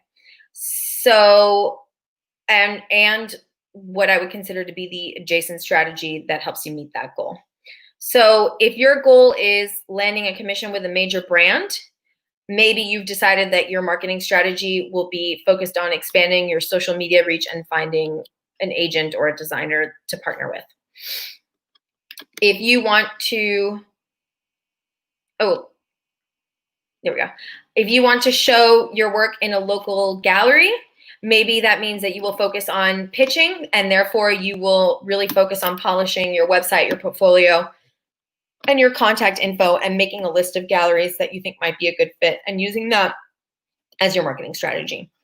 Or if your goal is to sell your work to private collectors, maybe that means that you're going to develop strategies to maintain constant contact with your network. And that can mean email, social media, events, private visits, the whole gamut. Next slide, please.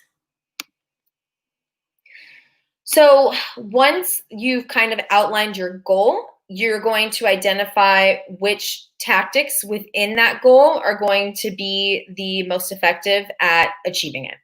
So today, I would really like to review with you all some of those tactics, which include branding, website, social media, email campaigns, events, press, and networking. I know that your last session was about branding, so I'm sure you got a ton of really great information there, but there are some elements of branding that I want to hash out and review over again because I think that branding is so important and a lot of people don't really know where to get started with it. Next slide. So your brand is how you communicate who you are as an artist, from the color and the font choices you select to the types of content that you share online. You have to be able to readily define your brand and have that brand be present throughout all of your marketing tactics. All brands tend to do 5 different things. They make a promise to your consumer. They address what they're going to get from you. They offer a perception, which determines how others are going to see you. They outline expectations, which is demonstrating how they think you'll behave. They communicate a persona, which is to demonstrate who you are. And then they are comprised of different elements, which would be how you deliver that message. Next slide.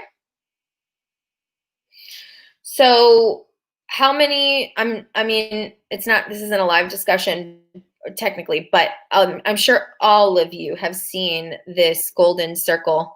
It's become so ubiquitous now in branding that it would be hard to not have seen it. And so the golden circle basically suggests that in order to develop your brand and your communication strategy, you need to first define your why, then explain how you achieve that why, and then go into what exactly it is that you do. So a lot of people do this backwards. First, they say what they do, and then they say how they do it, and then they say why they do it. But the golden circle actually asks you to kind of flip that on its head and first address the why, and then tell us the how, and then the what. Next slide. So once you kind of go through that exercise, and we're actually going to do an exercise in just a few minutes, so that you guys can practice your why, how, what. I like the idea of putting together a set of keywords that address your brand values. So a lot of times when you make these kinds of keyword suggestions, you are able to then determine how you're going to behave based on these keyword values.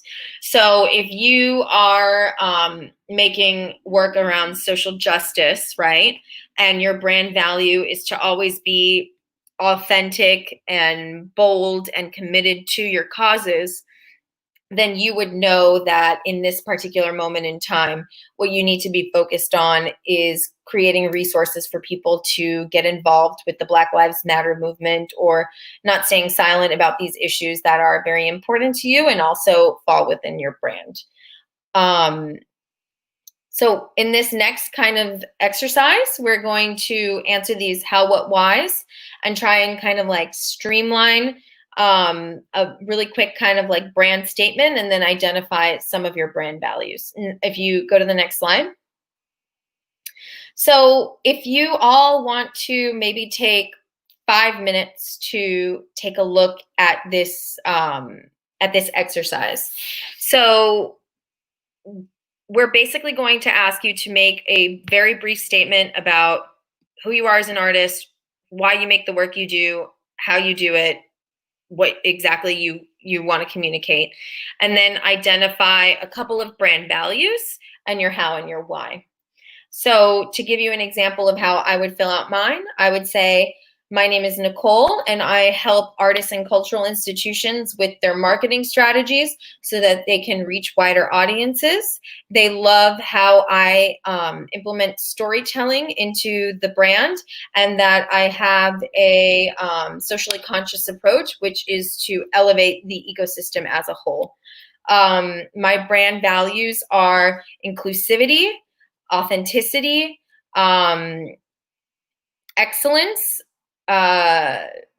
design, and directness.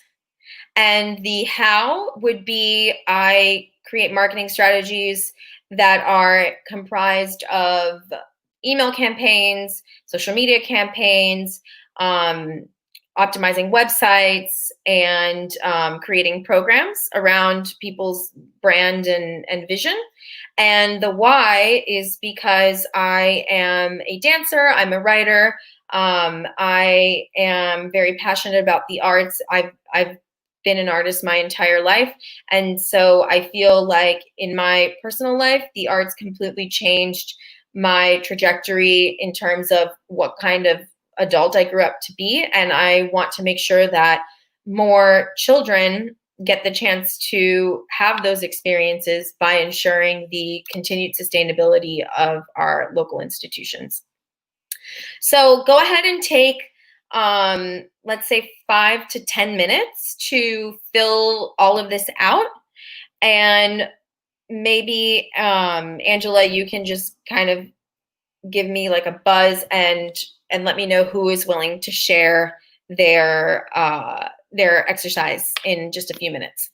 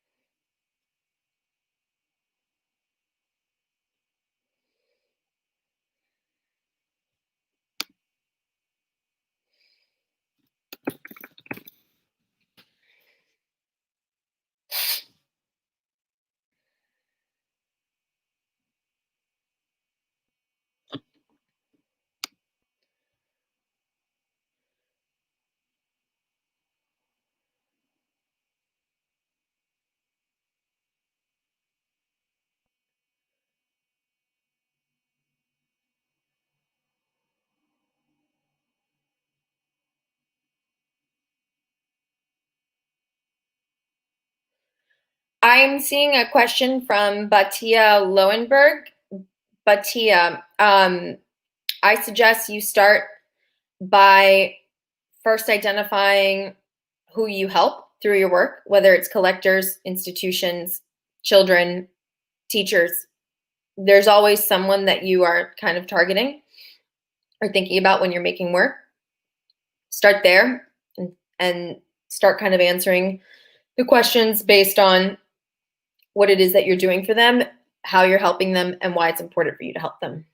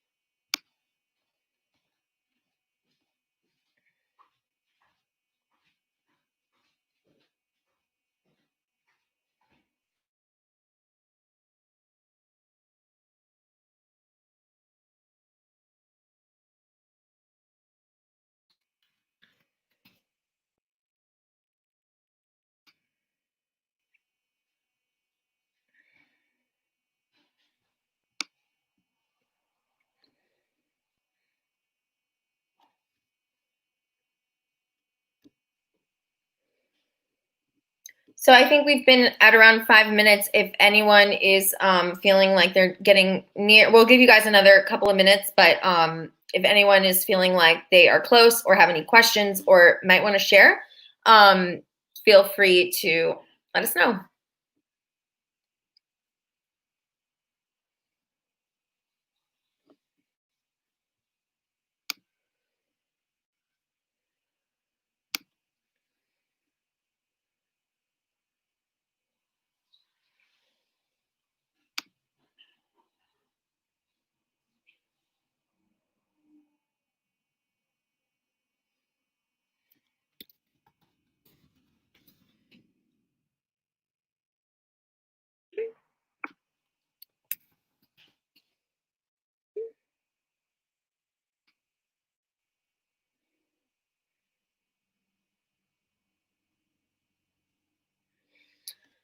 Okay, so I see we have one from Ezra.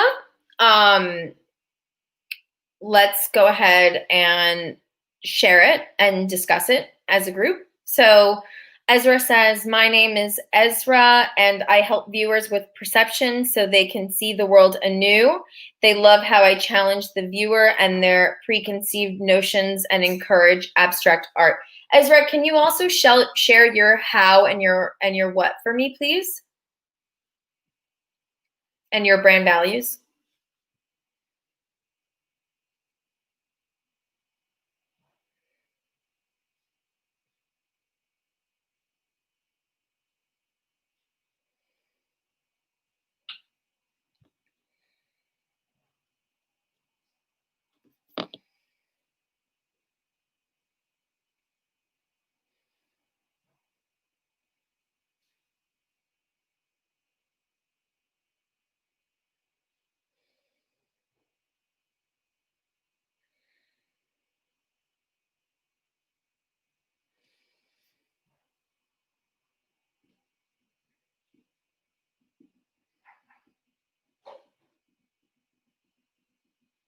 I'll give you just another minute. Sure.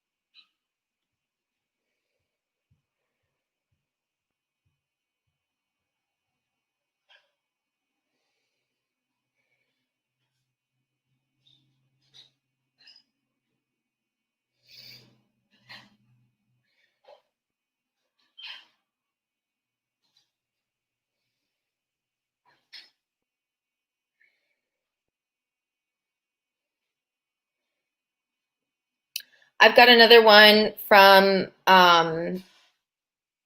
Fabio and from Dana. Let's go ahead and give Ezra just a couple more minutes to give us our how and why and what, and then we can get to these other ones just so we're staying on the same page. And to answer Silver Nightingale, yes, your how would just be the kind of art that you make.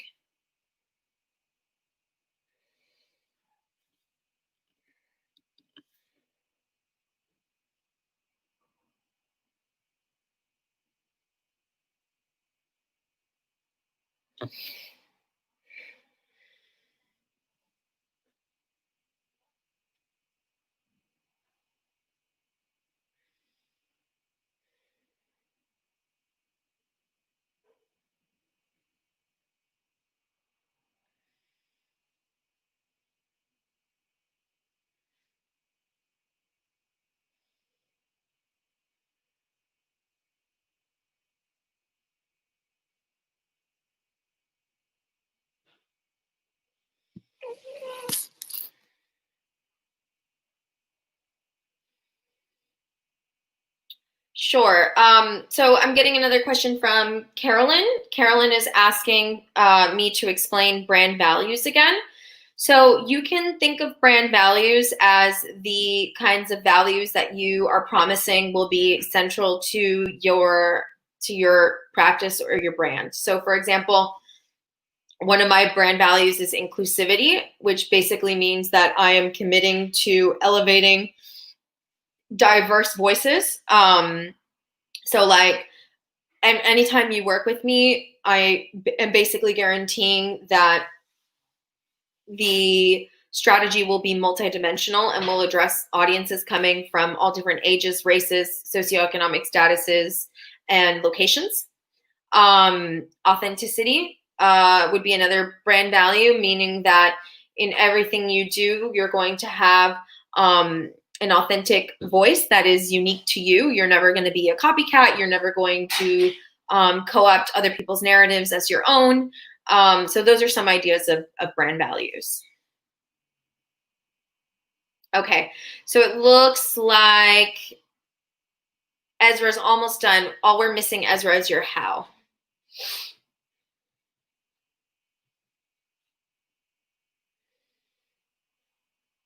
Oh, sorry, I see your how. Okay, so let's go back to Ezra's. Maybe, Angela, if you can just quickly pop that back on the screen for me.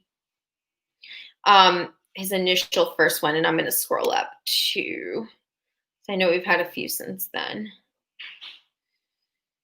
Okay, so Ezra said that my name is Ezra and I help viewers with perception so they can see the world anew. They love how I challenge the viewer and their preconceived notions and encourage abstract thought. Ezra's brand values are creativity, provocation, and encouragement.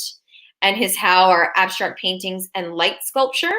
And his why is to help viewers think. If I can see things differently, then perhaps other people can see things differently as well, to allow and encourage tolerance of others.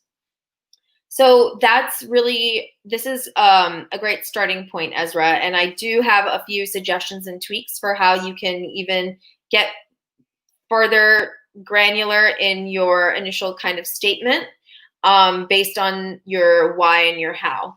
So when you talk about challenging viewers, I think it's really important to tell us how you challenge them. Get really specific about that, right? So are you challenging them because you're making a light sculpture and it's difficult for them to understand where that light is coming from or how it's being kind of shown, and therefore that would challenge viewers to consider where people are coming from when they act a certain way. Get like a little bit more granular there, right? In terms of your values, I would say provocation is not really a value. Provocation and encouragement likewise is not really a value. Maybe the value is instead, especially for like encouragement, maybe the value instead is supportive.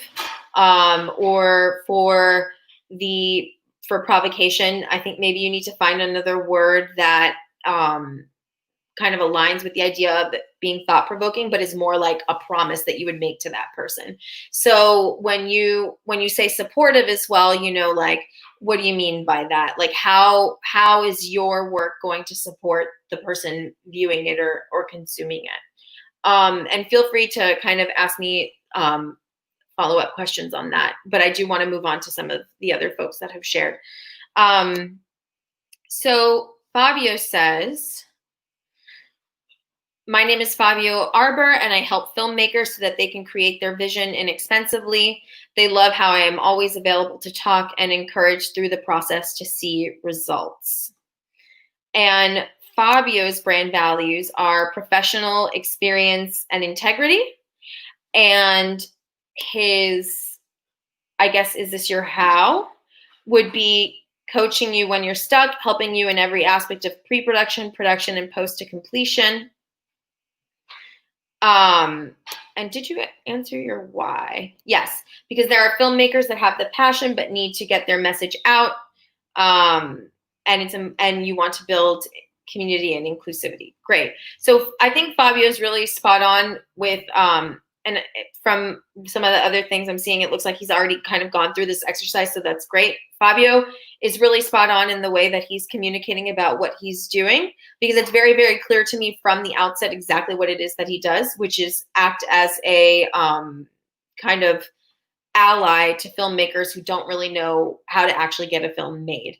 And his brand values of integrity, professional, and experience is very, very clear that what he's promising is that he does have professional experience, that the experience is going to be valuable to you, and that he will do it with integrity, meaning he, won't charge you for things that you didn't use, or will not make recommendations that don't align with your overall mission, and so forth. And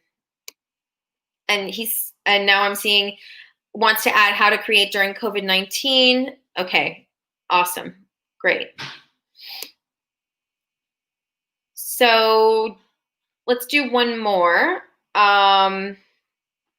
Dana.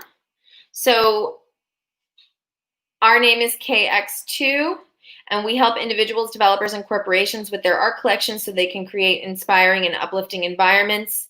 They love how we create unique, distinct artwork and can collaborate with clients, incorporating their vision while maintaining our unique artistic voice. Dana's brand values are creativity, uplifting, environmentally conscious, edgy, contemporary, elegant, inspiring, authenticity. And her how is meticulous fabrication, attention to detail, working within budget and time frame. And her why is we are creative, we love to converse with the public through our art, and we have been making art together for 10 years. Okay, great.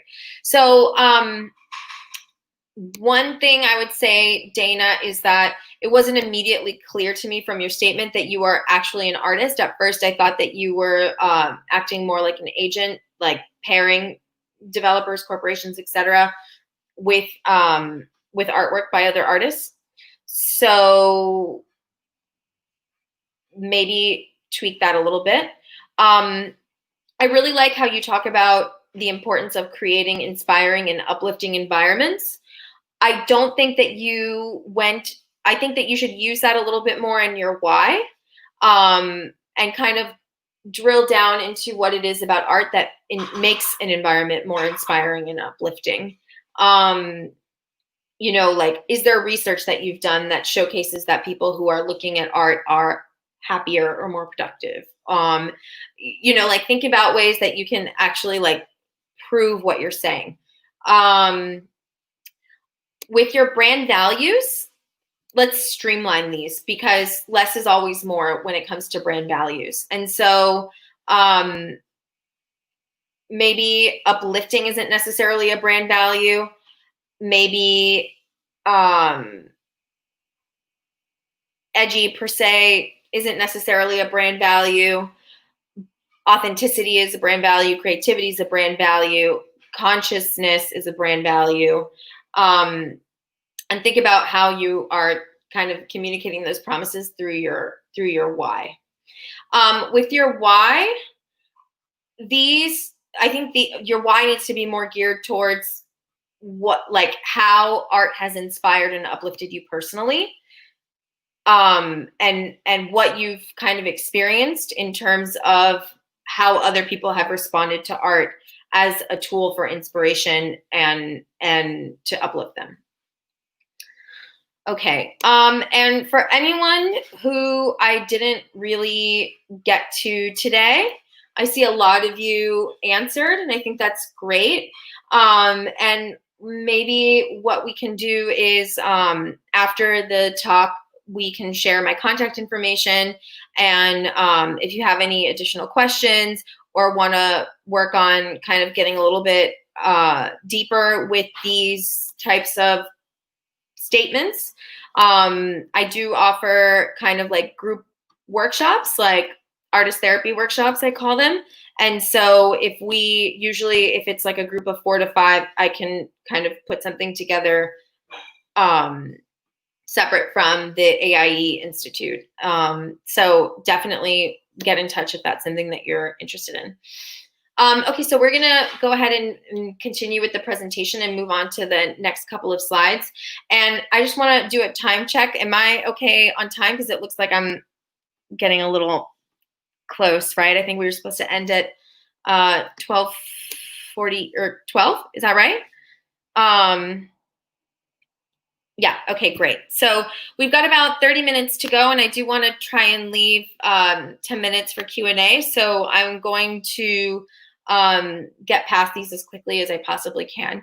Before we move on from our last exercise, I do just want to quickly share a case study from another friend of mine who is an artist and an entrepreneur. She owns a hairstyling salon named So Dada, and she based her brand on the idea of Dadaism and the Dadaist movement and a culture of irreverence. So her salon is very focused on inclusive beauty and caters to diverse clients across race and gender spectrums. So her kind of brand presence is artful, empowered, culturally inclusive, and really adheres to some of these values, which are, inclusivity, authenticity, and so forth.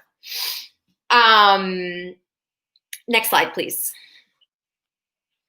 So once you've kind of developed your brand and thought about what it is, you need to tell your story and communicate your brand's ethos to the masses. So every single tactic that you develop from here on out, whether it's your website, your social media, your emails, your events, or otherwise, need to have your brand as your guiding principle. And what that basically means is that everything you do needs to somehow relate back to the exercise that we just went through, because that's how you are going to teach people who you are. Marketing is literally just repetition. That is the most important kind of component of marketing. Once you know who you are, once you've defined what you want to say, you just have to do it over and over and over again until people really identify exactly what it is that you do and who you are. Next slide, please.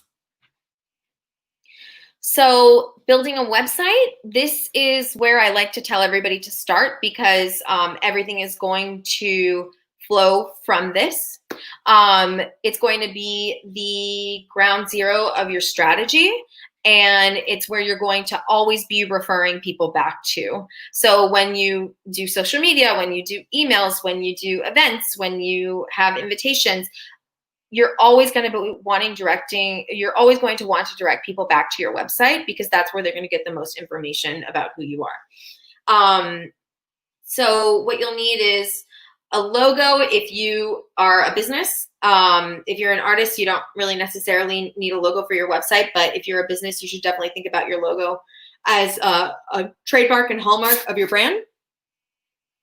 A brand usually is comprised of a certain set of color palettes and fonts. So if you have the expertise or the ability to pay somebody for that expertise, I definitely recommend you think about what your kind of color palette is, what the fonts that you're going to use are, what the aesthetic of that communication is going to look like, and just make sure that that's really present consistently throughout everything you do.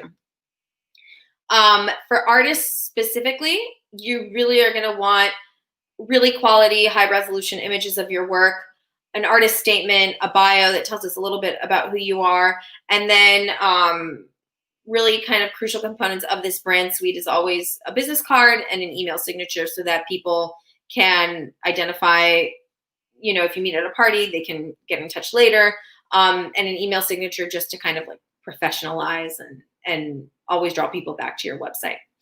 Next slide. So I often do sessions just around the artist statement, and I'm not going to go into all of the components of it now, but I do want to share some of the do's and don'ts with an artist statement, because I think a lot of artists get stuck on them. Your artist statement should not be more than 80 to 120 words. It should deliver 1 or 2 key points and not be like a whole laundry list of everything you've ever done. You should have a compelling sentence be kind of your opening statement. something that encapsulates the thing that best identifies you, or the most important thing you want to say with your work. You should definitely include mediums, themes, techniques, and influences. Highlight whether you're a painter, what materials you work with, what you're inspired by, but definitely, be concise. Don't go on and on for longer than 2 to 3 sentences. Explore the context of your work within this artist statement.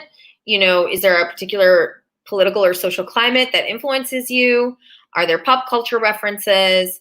Make sure you include them, and make sure you're constantly reviewing and making sure that it's up to date and that it makes sense for the type of work that you're making. Next slide. It should never be in a laundry list of the accomplishments. Offer too much praise, like make statements like, I am the only artist in the world making paintings out of plastic, because it's probably not true. Or say like, I am the greatest living artist. You don't want hyperbole in your artist statement. You shouldn't misspell or write poorly. You want to make sure that it's grammatically correct and that all the spelling is right. Maybe have somebody else review it for you. Next slide. So social media, I think at this point is something that we all use, whether it's from as voyeurs or as people who are actively engaging with an audience on social media. It's really, in today's world, a necessary evil for a lot of artists. And I think that there's a little bit of confusion about what it is your social media needs to do, or who you need to be on your social media, and ways to engage with it in a way that's not overly burdensome. So I want to offer a few tips to make it as easy as possible. Obviously, the higher budget you have and the more time you have, there are so many tools out there to measure the efficacy of your strategy. We're not really going to get into those today because I don't think that they're necessarily valuable for individual artists. But there are some great resources that I can point you to if you want to email me and ask me about. And I know the Art Hive folks also have a huge list of resources. So here's a few ways to keep it very simple. Recognize that you cannot do it all. And maybe just pick 2 that you're going to commit to. So I think a lot of today's artists and top press people, collectors, gallerists, and so forth are on Instagram. So that, for example, is my preferred social media engine. I don't really invest a lot of time in Facebook. I don't really invest a lot of time in Pinterest or Tumblr or TikTok, or even YouTube, unless, I'm working with a client who wants to be investing in those areas, and then we create content together. But I would always suggest that you pick your 2 favorites. So like, if your goal is to sell artwork and you think that Facebook ads will help you a lot with that, and you have some budget to do it, then maybe Facebook is the place you want to invest in. Or if you are a designer as well, like putting stuff on Pinterest is also useful. But generally, try and single out two platforms and focus on those. Use your brand values as a jumping off point to create topics that you'll use again and again. So we'll get into topics in the next slide. Create an editorial calendar utilizing apps like Trello or Hootsuite so you can map out what you'll be posting each week. So once you define your topics, the next step is usually to create a calendar where like you looking at a whole month laid out, and each month, each day that you're going to post has like a description of the topic that you're going to post about. And then you can drill down even further and select your content. Maybe think about investing in an automatic posting app like OnlyPult or Planoly, so that you can just spend maybe 3 hours at the start of every week planning your content, preparing it for post, and then you can just kind of like set it and forget it for the rest of the week. And a kind of pro tip that I like to remind everybody about is that if you are doing social media reactively rather than proactively, you're doing it wrong. It usually works a lot better if you're intentional and plan your content at least a week in advance, because then you can set a schedule for yourself that you are constantly honoring. Next slide. So topic ideas for artists. So based on your brand values and the exercise that we just went through, you will usually create a set of topics that are things that you know that you can post about that will make sense and align with your brand. So a lot of artists make the mistake of just posting their artwork. It's great to post artwork, but that's not enough. Like, you definitely want to be incorporating other elements of your practice into it. So behind the scenes posts with artists are really popular. Like, you know, showing us a work in progress, showing us your studio, showing us, you know, like some of the research that you're doing in the natural world, and then, you know, like bringing that later, showing us the work that actually came from it. You can, if you are thinking about inclusivity, you can think about also sharing artwork by other artists who are in your network or who you admire. You should definitely be thinking about showing us more of your personal life. So showing us your victories, highlighting new shows, awards, accolades. Don't be afraid to put your face on social media. People really engage with posts that show your actual face and who you are. Don't be afraid to talk a little bit about your family life or a trip that you have coming up. I think the goal with social media is always to just be really authentic and realize that people are interested in artists as people and not just the objects they make. So think about how you're communicating all of those things that you identified as being a part of your brand, those things that matter to you in your social media campaign. Next slide.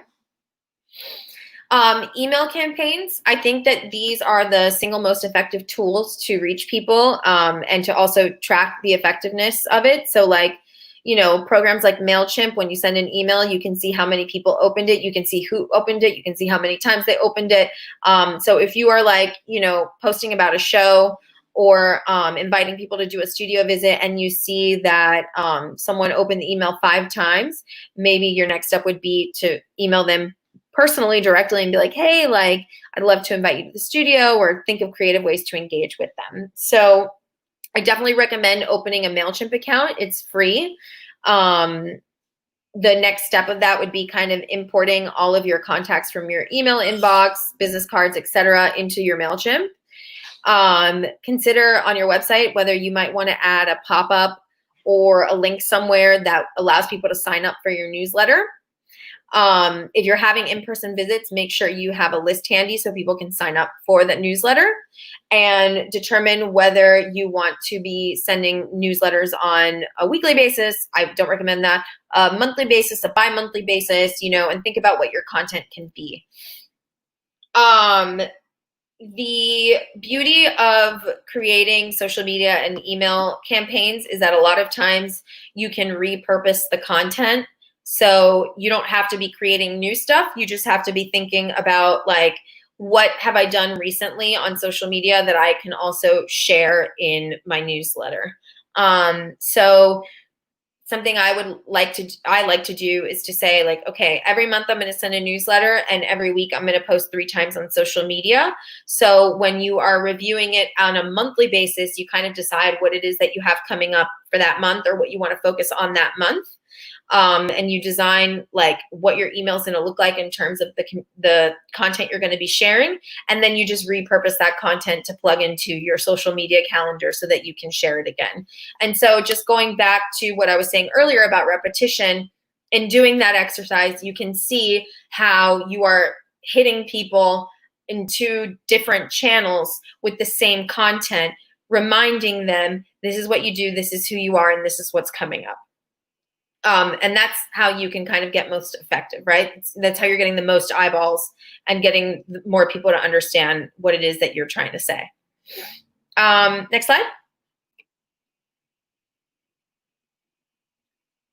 So we just reviewed this a little bit, but just to reiterate, what can actually go into your emails. You might want to post about new work, upcoming shows, something that inspired you that month. Include links to articles that are relevant to your practice or relevant you think might be relevant to your artists. If you were in an article, absolutely share that. And definitely think about using your newsletter as a sales tool. Inviting people into your studio, maybe offering a flash sale of work that you're making, advertising new work that you have coming up for sale, and so forth. Next slide. So I think a lot of people are also very kind of intrigued and eager about getting press. And as a press person, I feel like I have a lot to say in this realm. The single kind of most important thing about getting press is that you have to develop these relationships with people who write. Just sending somebody a cold pitch and asking them to review your work usually isn't enough, right? You want to invite that person into your studio for coffee, or not coffee, just invite them into your studio. You want to build a rapport with them so that later on down the line, when you do have something to share, like a show or, new gallery representation or whatever the case might be, that person is more inclined to help you spread the word about it via a magazine or a newspaper. So definitely think about, identifying some local writers in the community, inviting them into your studio, make it a dialogue. Don't just talk about yourself, ask them what they like to write about, what their editor likes to cover, how you think, excuse me, how you think their work might be able to fit within that type of writing that they do. Follow them on social media, add them to your newsletter, make sure you engage with them on social media frequently, like leave comments on their pictures and all of that stuff. Just really focus on staying top of mind because journalists are constantly looking for content, and you want to remind them that you have content to offer them. Next slide. So I think that there's a lot of power in in-person events and discussions and meetups.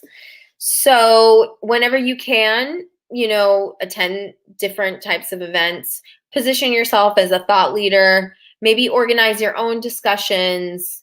These are often unpaid opportunities that can lead to exposure. So don't pass them up, but also recognize that there is a fine line. Like after you've done maybe 2 or 3 of them and you feel like you've really gotten the hang of it, and someone approaches you to do one, always seek payment because at the end of the day, you're an artist and you're probably a freelancer and you need to get paid for the work that you put in. Maybe even think about creating a collective alongside other artists so that you can kind of amplify all of your message. FemPower in Miami is someone I like to point to because they've done such an incredible job growing their network and their activism work through creating a collective. Next slide. So as an artist, it's really important that you build a network. I love sharing this post by the art critic Jerry Saltz because I feel like it's like if you're ever gonna have a formula for how to be a successful artist, like this is pretty close. So he says, I sometimes think it takes just 14 people to help an artist have a credible career. 1 dealer, 6 committed collectors, 3 critics, and 4 curators. So Jerry really kind of drills down on the idea that like focusing on a network that has value is more beneficial than casting a wide net.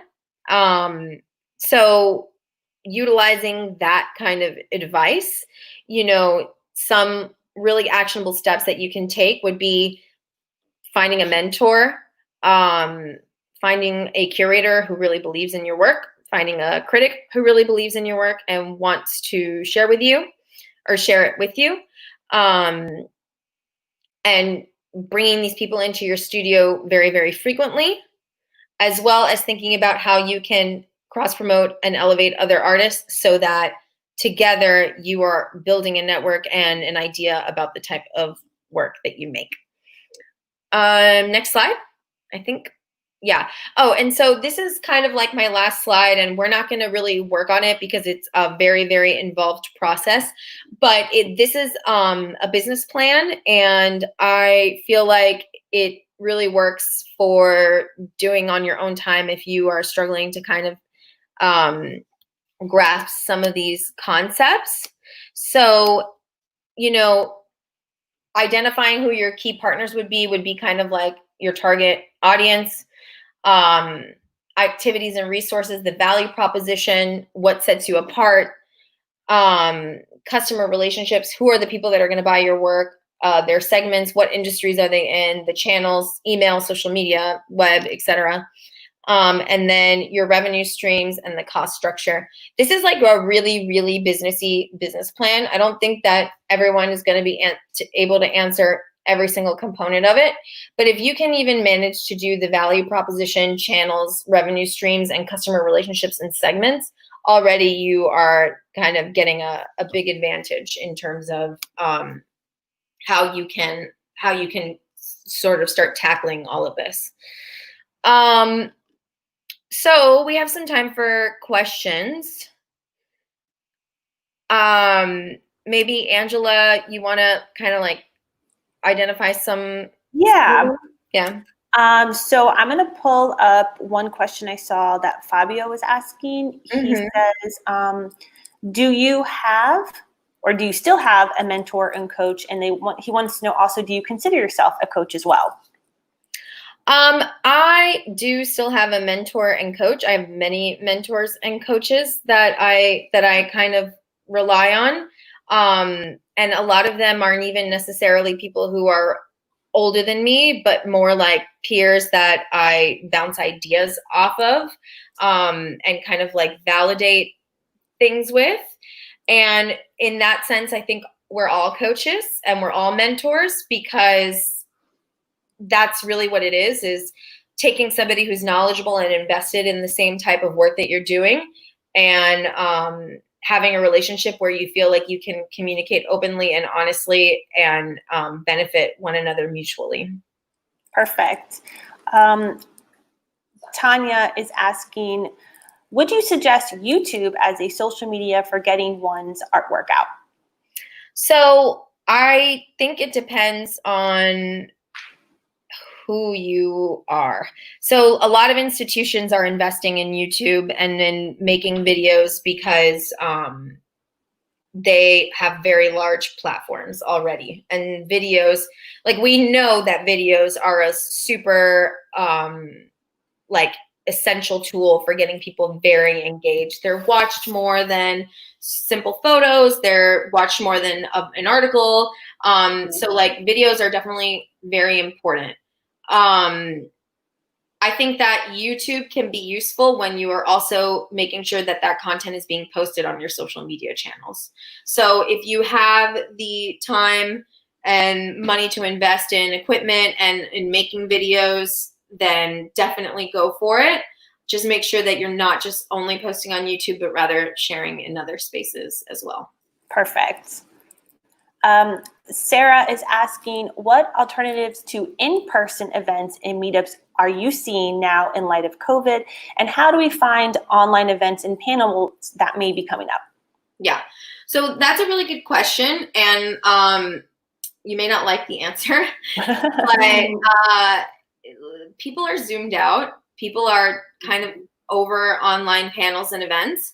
When the pandemic first started and we all started locking down, a lot of the organizations I worked with pivoted very, very quickly to creating online programs with local artists. And at first we had really, really high engagement and people were loving it. And now as things have started to kind of open up, engagements falling off, and even major institutions like PAM, you know, they're having like conversations with celebrity curators and celebrity artists, and they're having trouble drawing more than like 40-ish people. So that said, you know, recognize that this is a moment in time. This is like, to an extent, the online world is the future, but it's never going to replace in-person connection. So think about how you want to engage online in this time. For an artist, I think rather than like joining a panel or an event, maybe think about ways that you can invite people into your world through tools like Instagram Live, or by making a video, or by taking pictures of like your studio or your home space where you're working.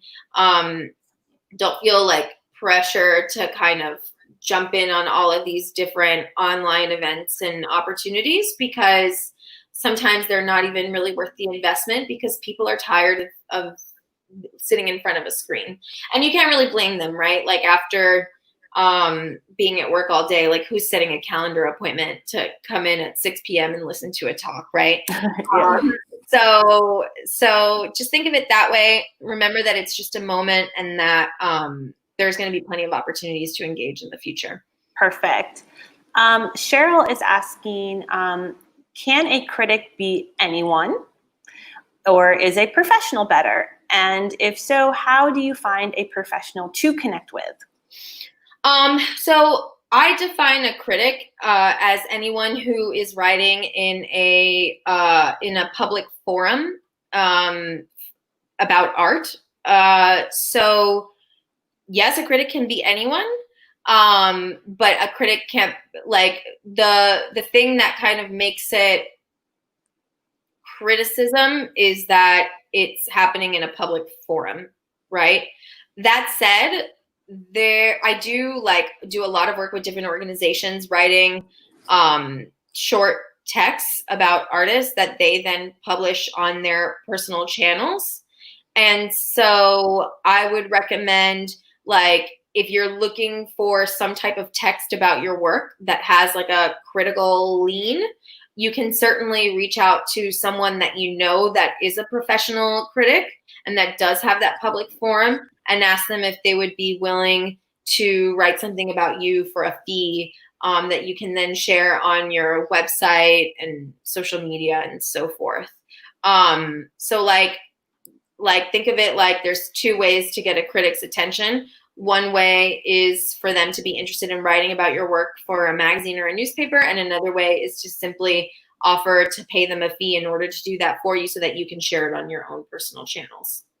Wow, great insight. Tina is asking here, what do you think about LinkedIn? And she's saying that a lot of curators are on it right now. Yeah, I think everybody's on LinkedIn, but nobody's using it to find artists. So like, I've been on LinkedIn for 15 years. I've never had a single opportunity come through LinkedIn.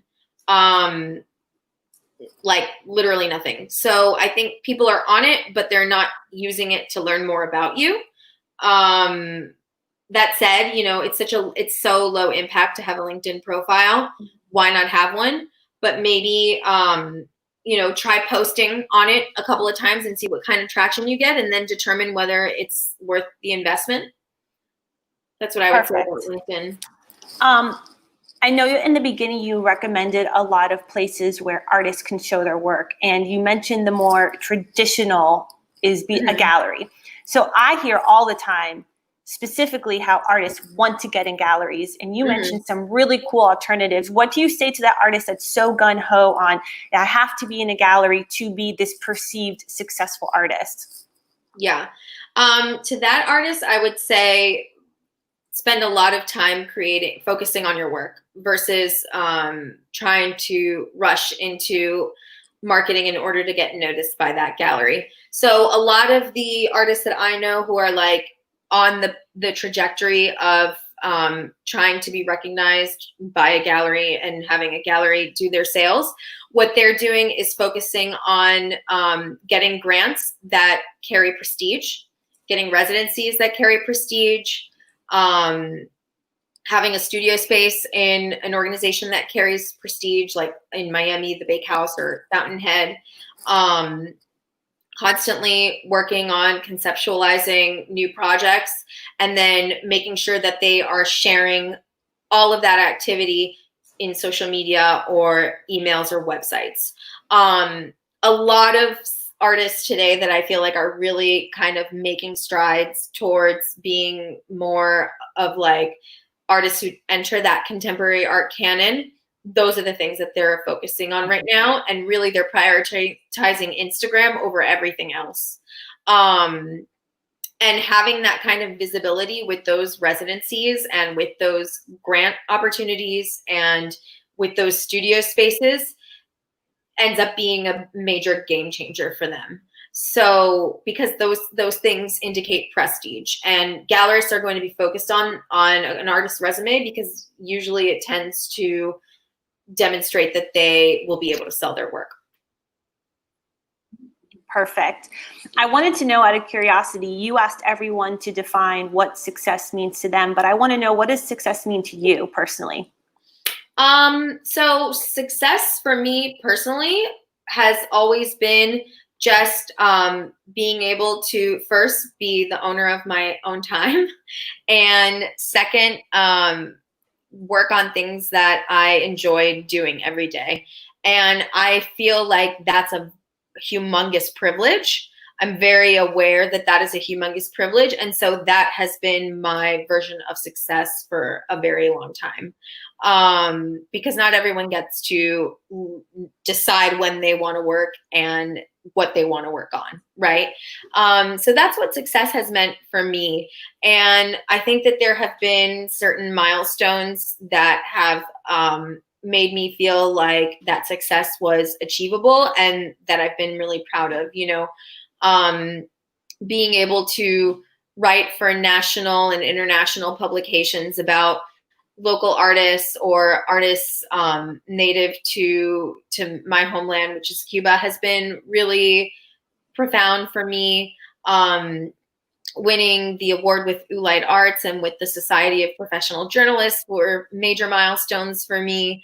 And working with organizations that I really believe in and that put me in touch with 40, 50 different artists at a time has been wonderful as well. So that's how I've measured success. Owning my time, doing what I love. Awesome. You've given us a wealth of knowledge. You could probably talk for another hour on all of the amazing slides that you had. So how can people connect with you and continue to further the dialogue specifically with you? Sure. So earlier, I think maybe I did share my Instagram handle. So I tend to post on my personal account the most, which is @NikkiFresh. Right. Yeah, you've got right there on the slide, you'll see follow Nicole on Instagram. You can follow me there. You can visit my website, cultureconductor.co, where you can also find information on how to contact me. But for those who just want to jot it down now, it's nicole@cultureconductor.co. You can also just Google my name and read some of my past work. I think I have a link to my portfolio on my website, but I'm not totally sure. And that's pretty much it. I'm available. If you feel like the artist workshops or something that you're interested in, let me know. And usually when I have enough interest, I'll announce like a series of sessions and we can go from there. And in light of COVID, obviously, I am able to offer socially distanced workshops online, whatever everybody's comfortable with. Perfect. Well, thank you for all of this information. Thank you for taking time to share that with everyone. And I know everyone's probably feverishly writing down many, many notes because it was a wonderful presentation. Thank you so much. Yeah, thank you guys. Have a good rest of your Saturday. You too. Wow, that was a lot of information. I know I was scribbling down notes very, very fast. And I hope everybody out there got a lot of information from so many different viewpoints, which is what this is all about. So I want to make sure to give you some reminders. This is not the last of this. There are more to come. So in 2 weeks, mark your calendars down right now. We will be here for session number 3 on July 11th and we will be talking about down to business. So what does that mean? You are going to learn about the various tools used to legally protect you and your work. That includes copyrights, trademarks, patents, trade secrets, licensing, and contracts. We will be back here at the Broward Arts Facebook and YouTube page, 9 a.m. to 12 p.m. Eastern Standard Time. And as a reminder, this is hosted every other Saturday morning now through August, which is brought to you by the Broward County Cultural Division and moderated by me, Angela, from Art Hive Magazine. So you can register for these events in advance at broward.org/arts. So a reminder, while you're on these platforms, make sure to follow Broward Arts and the Cultural Division on their Facebook page and on their YouTube page. And while you're there, you can stop on by and check us out at Art Hive Magazine on YouTube as well as Facebook. So we hope you enjoyed today's session, and we look forward to seeing you in 2 weeks. Have a great afternoon.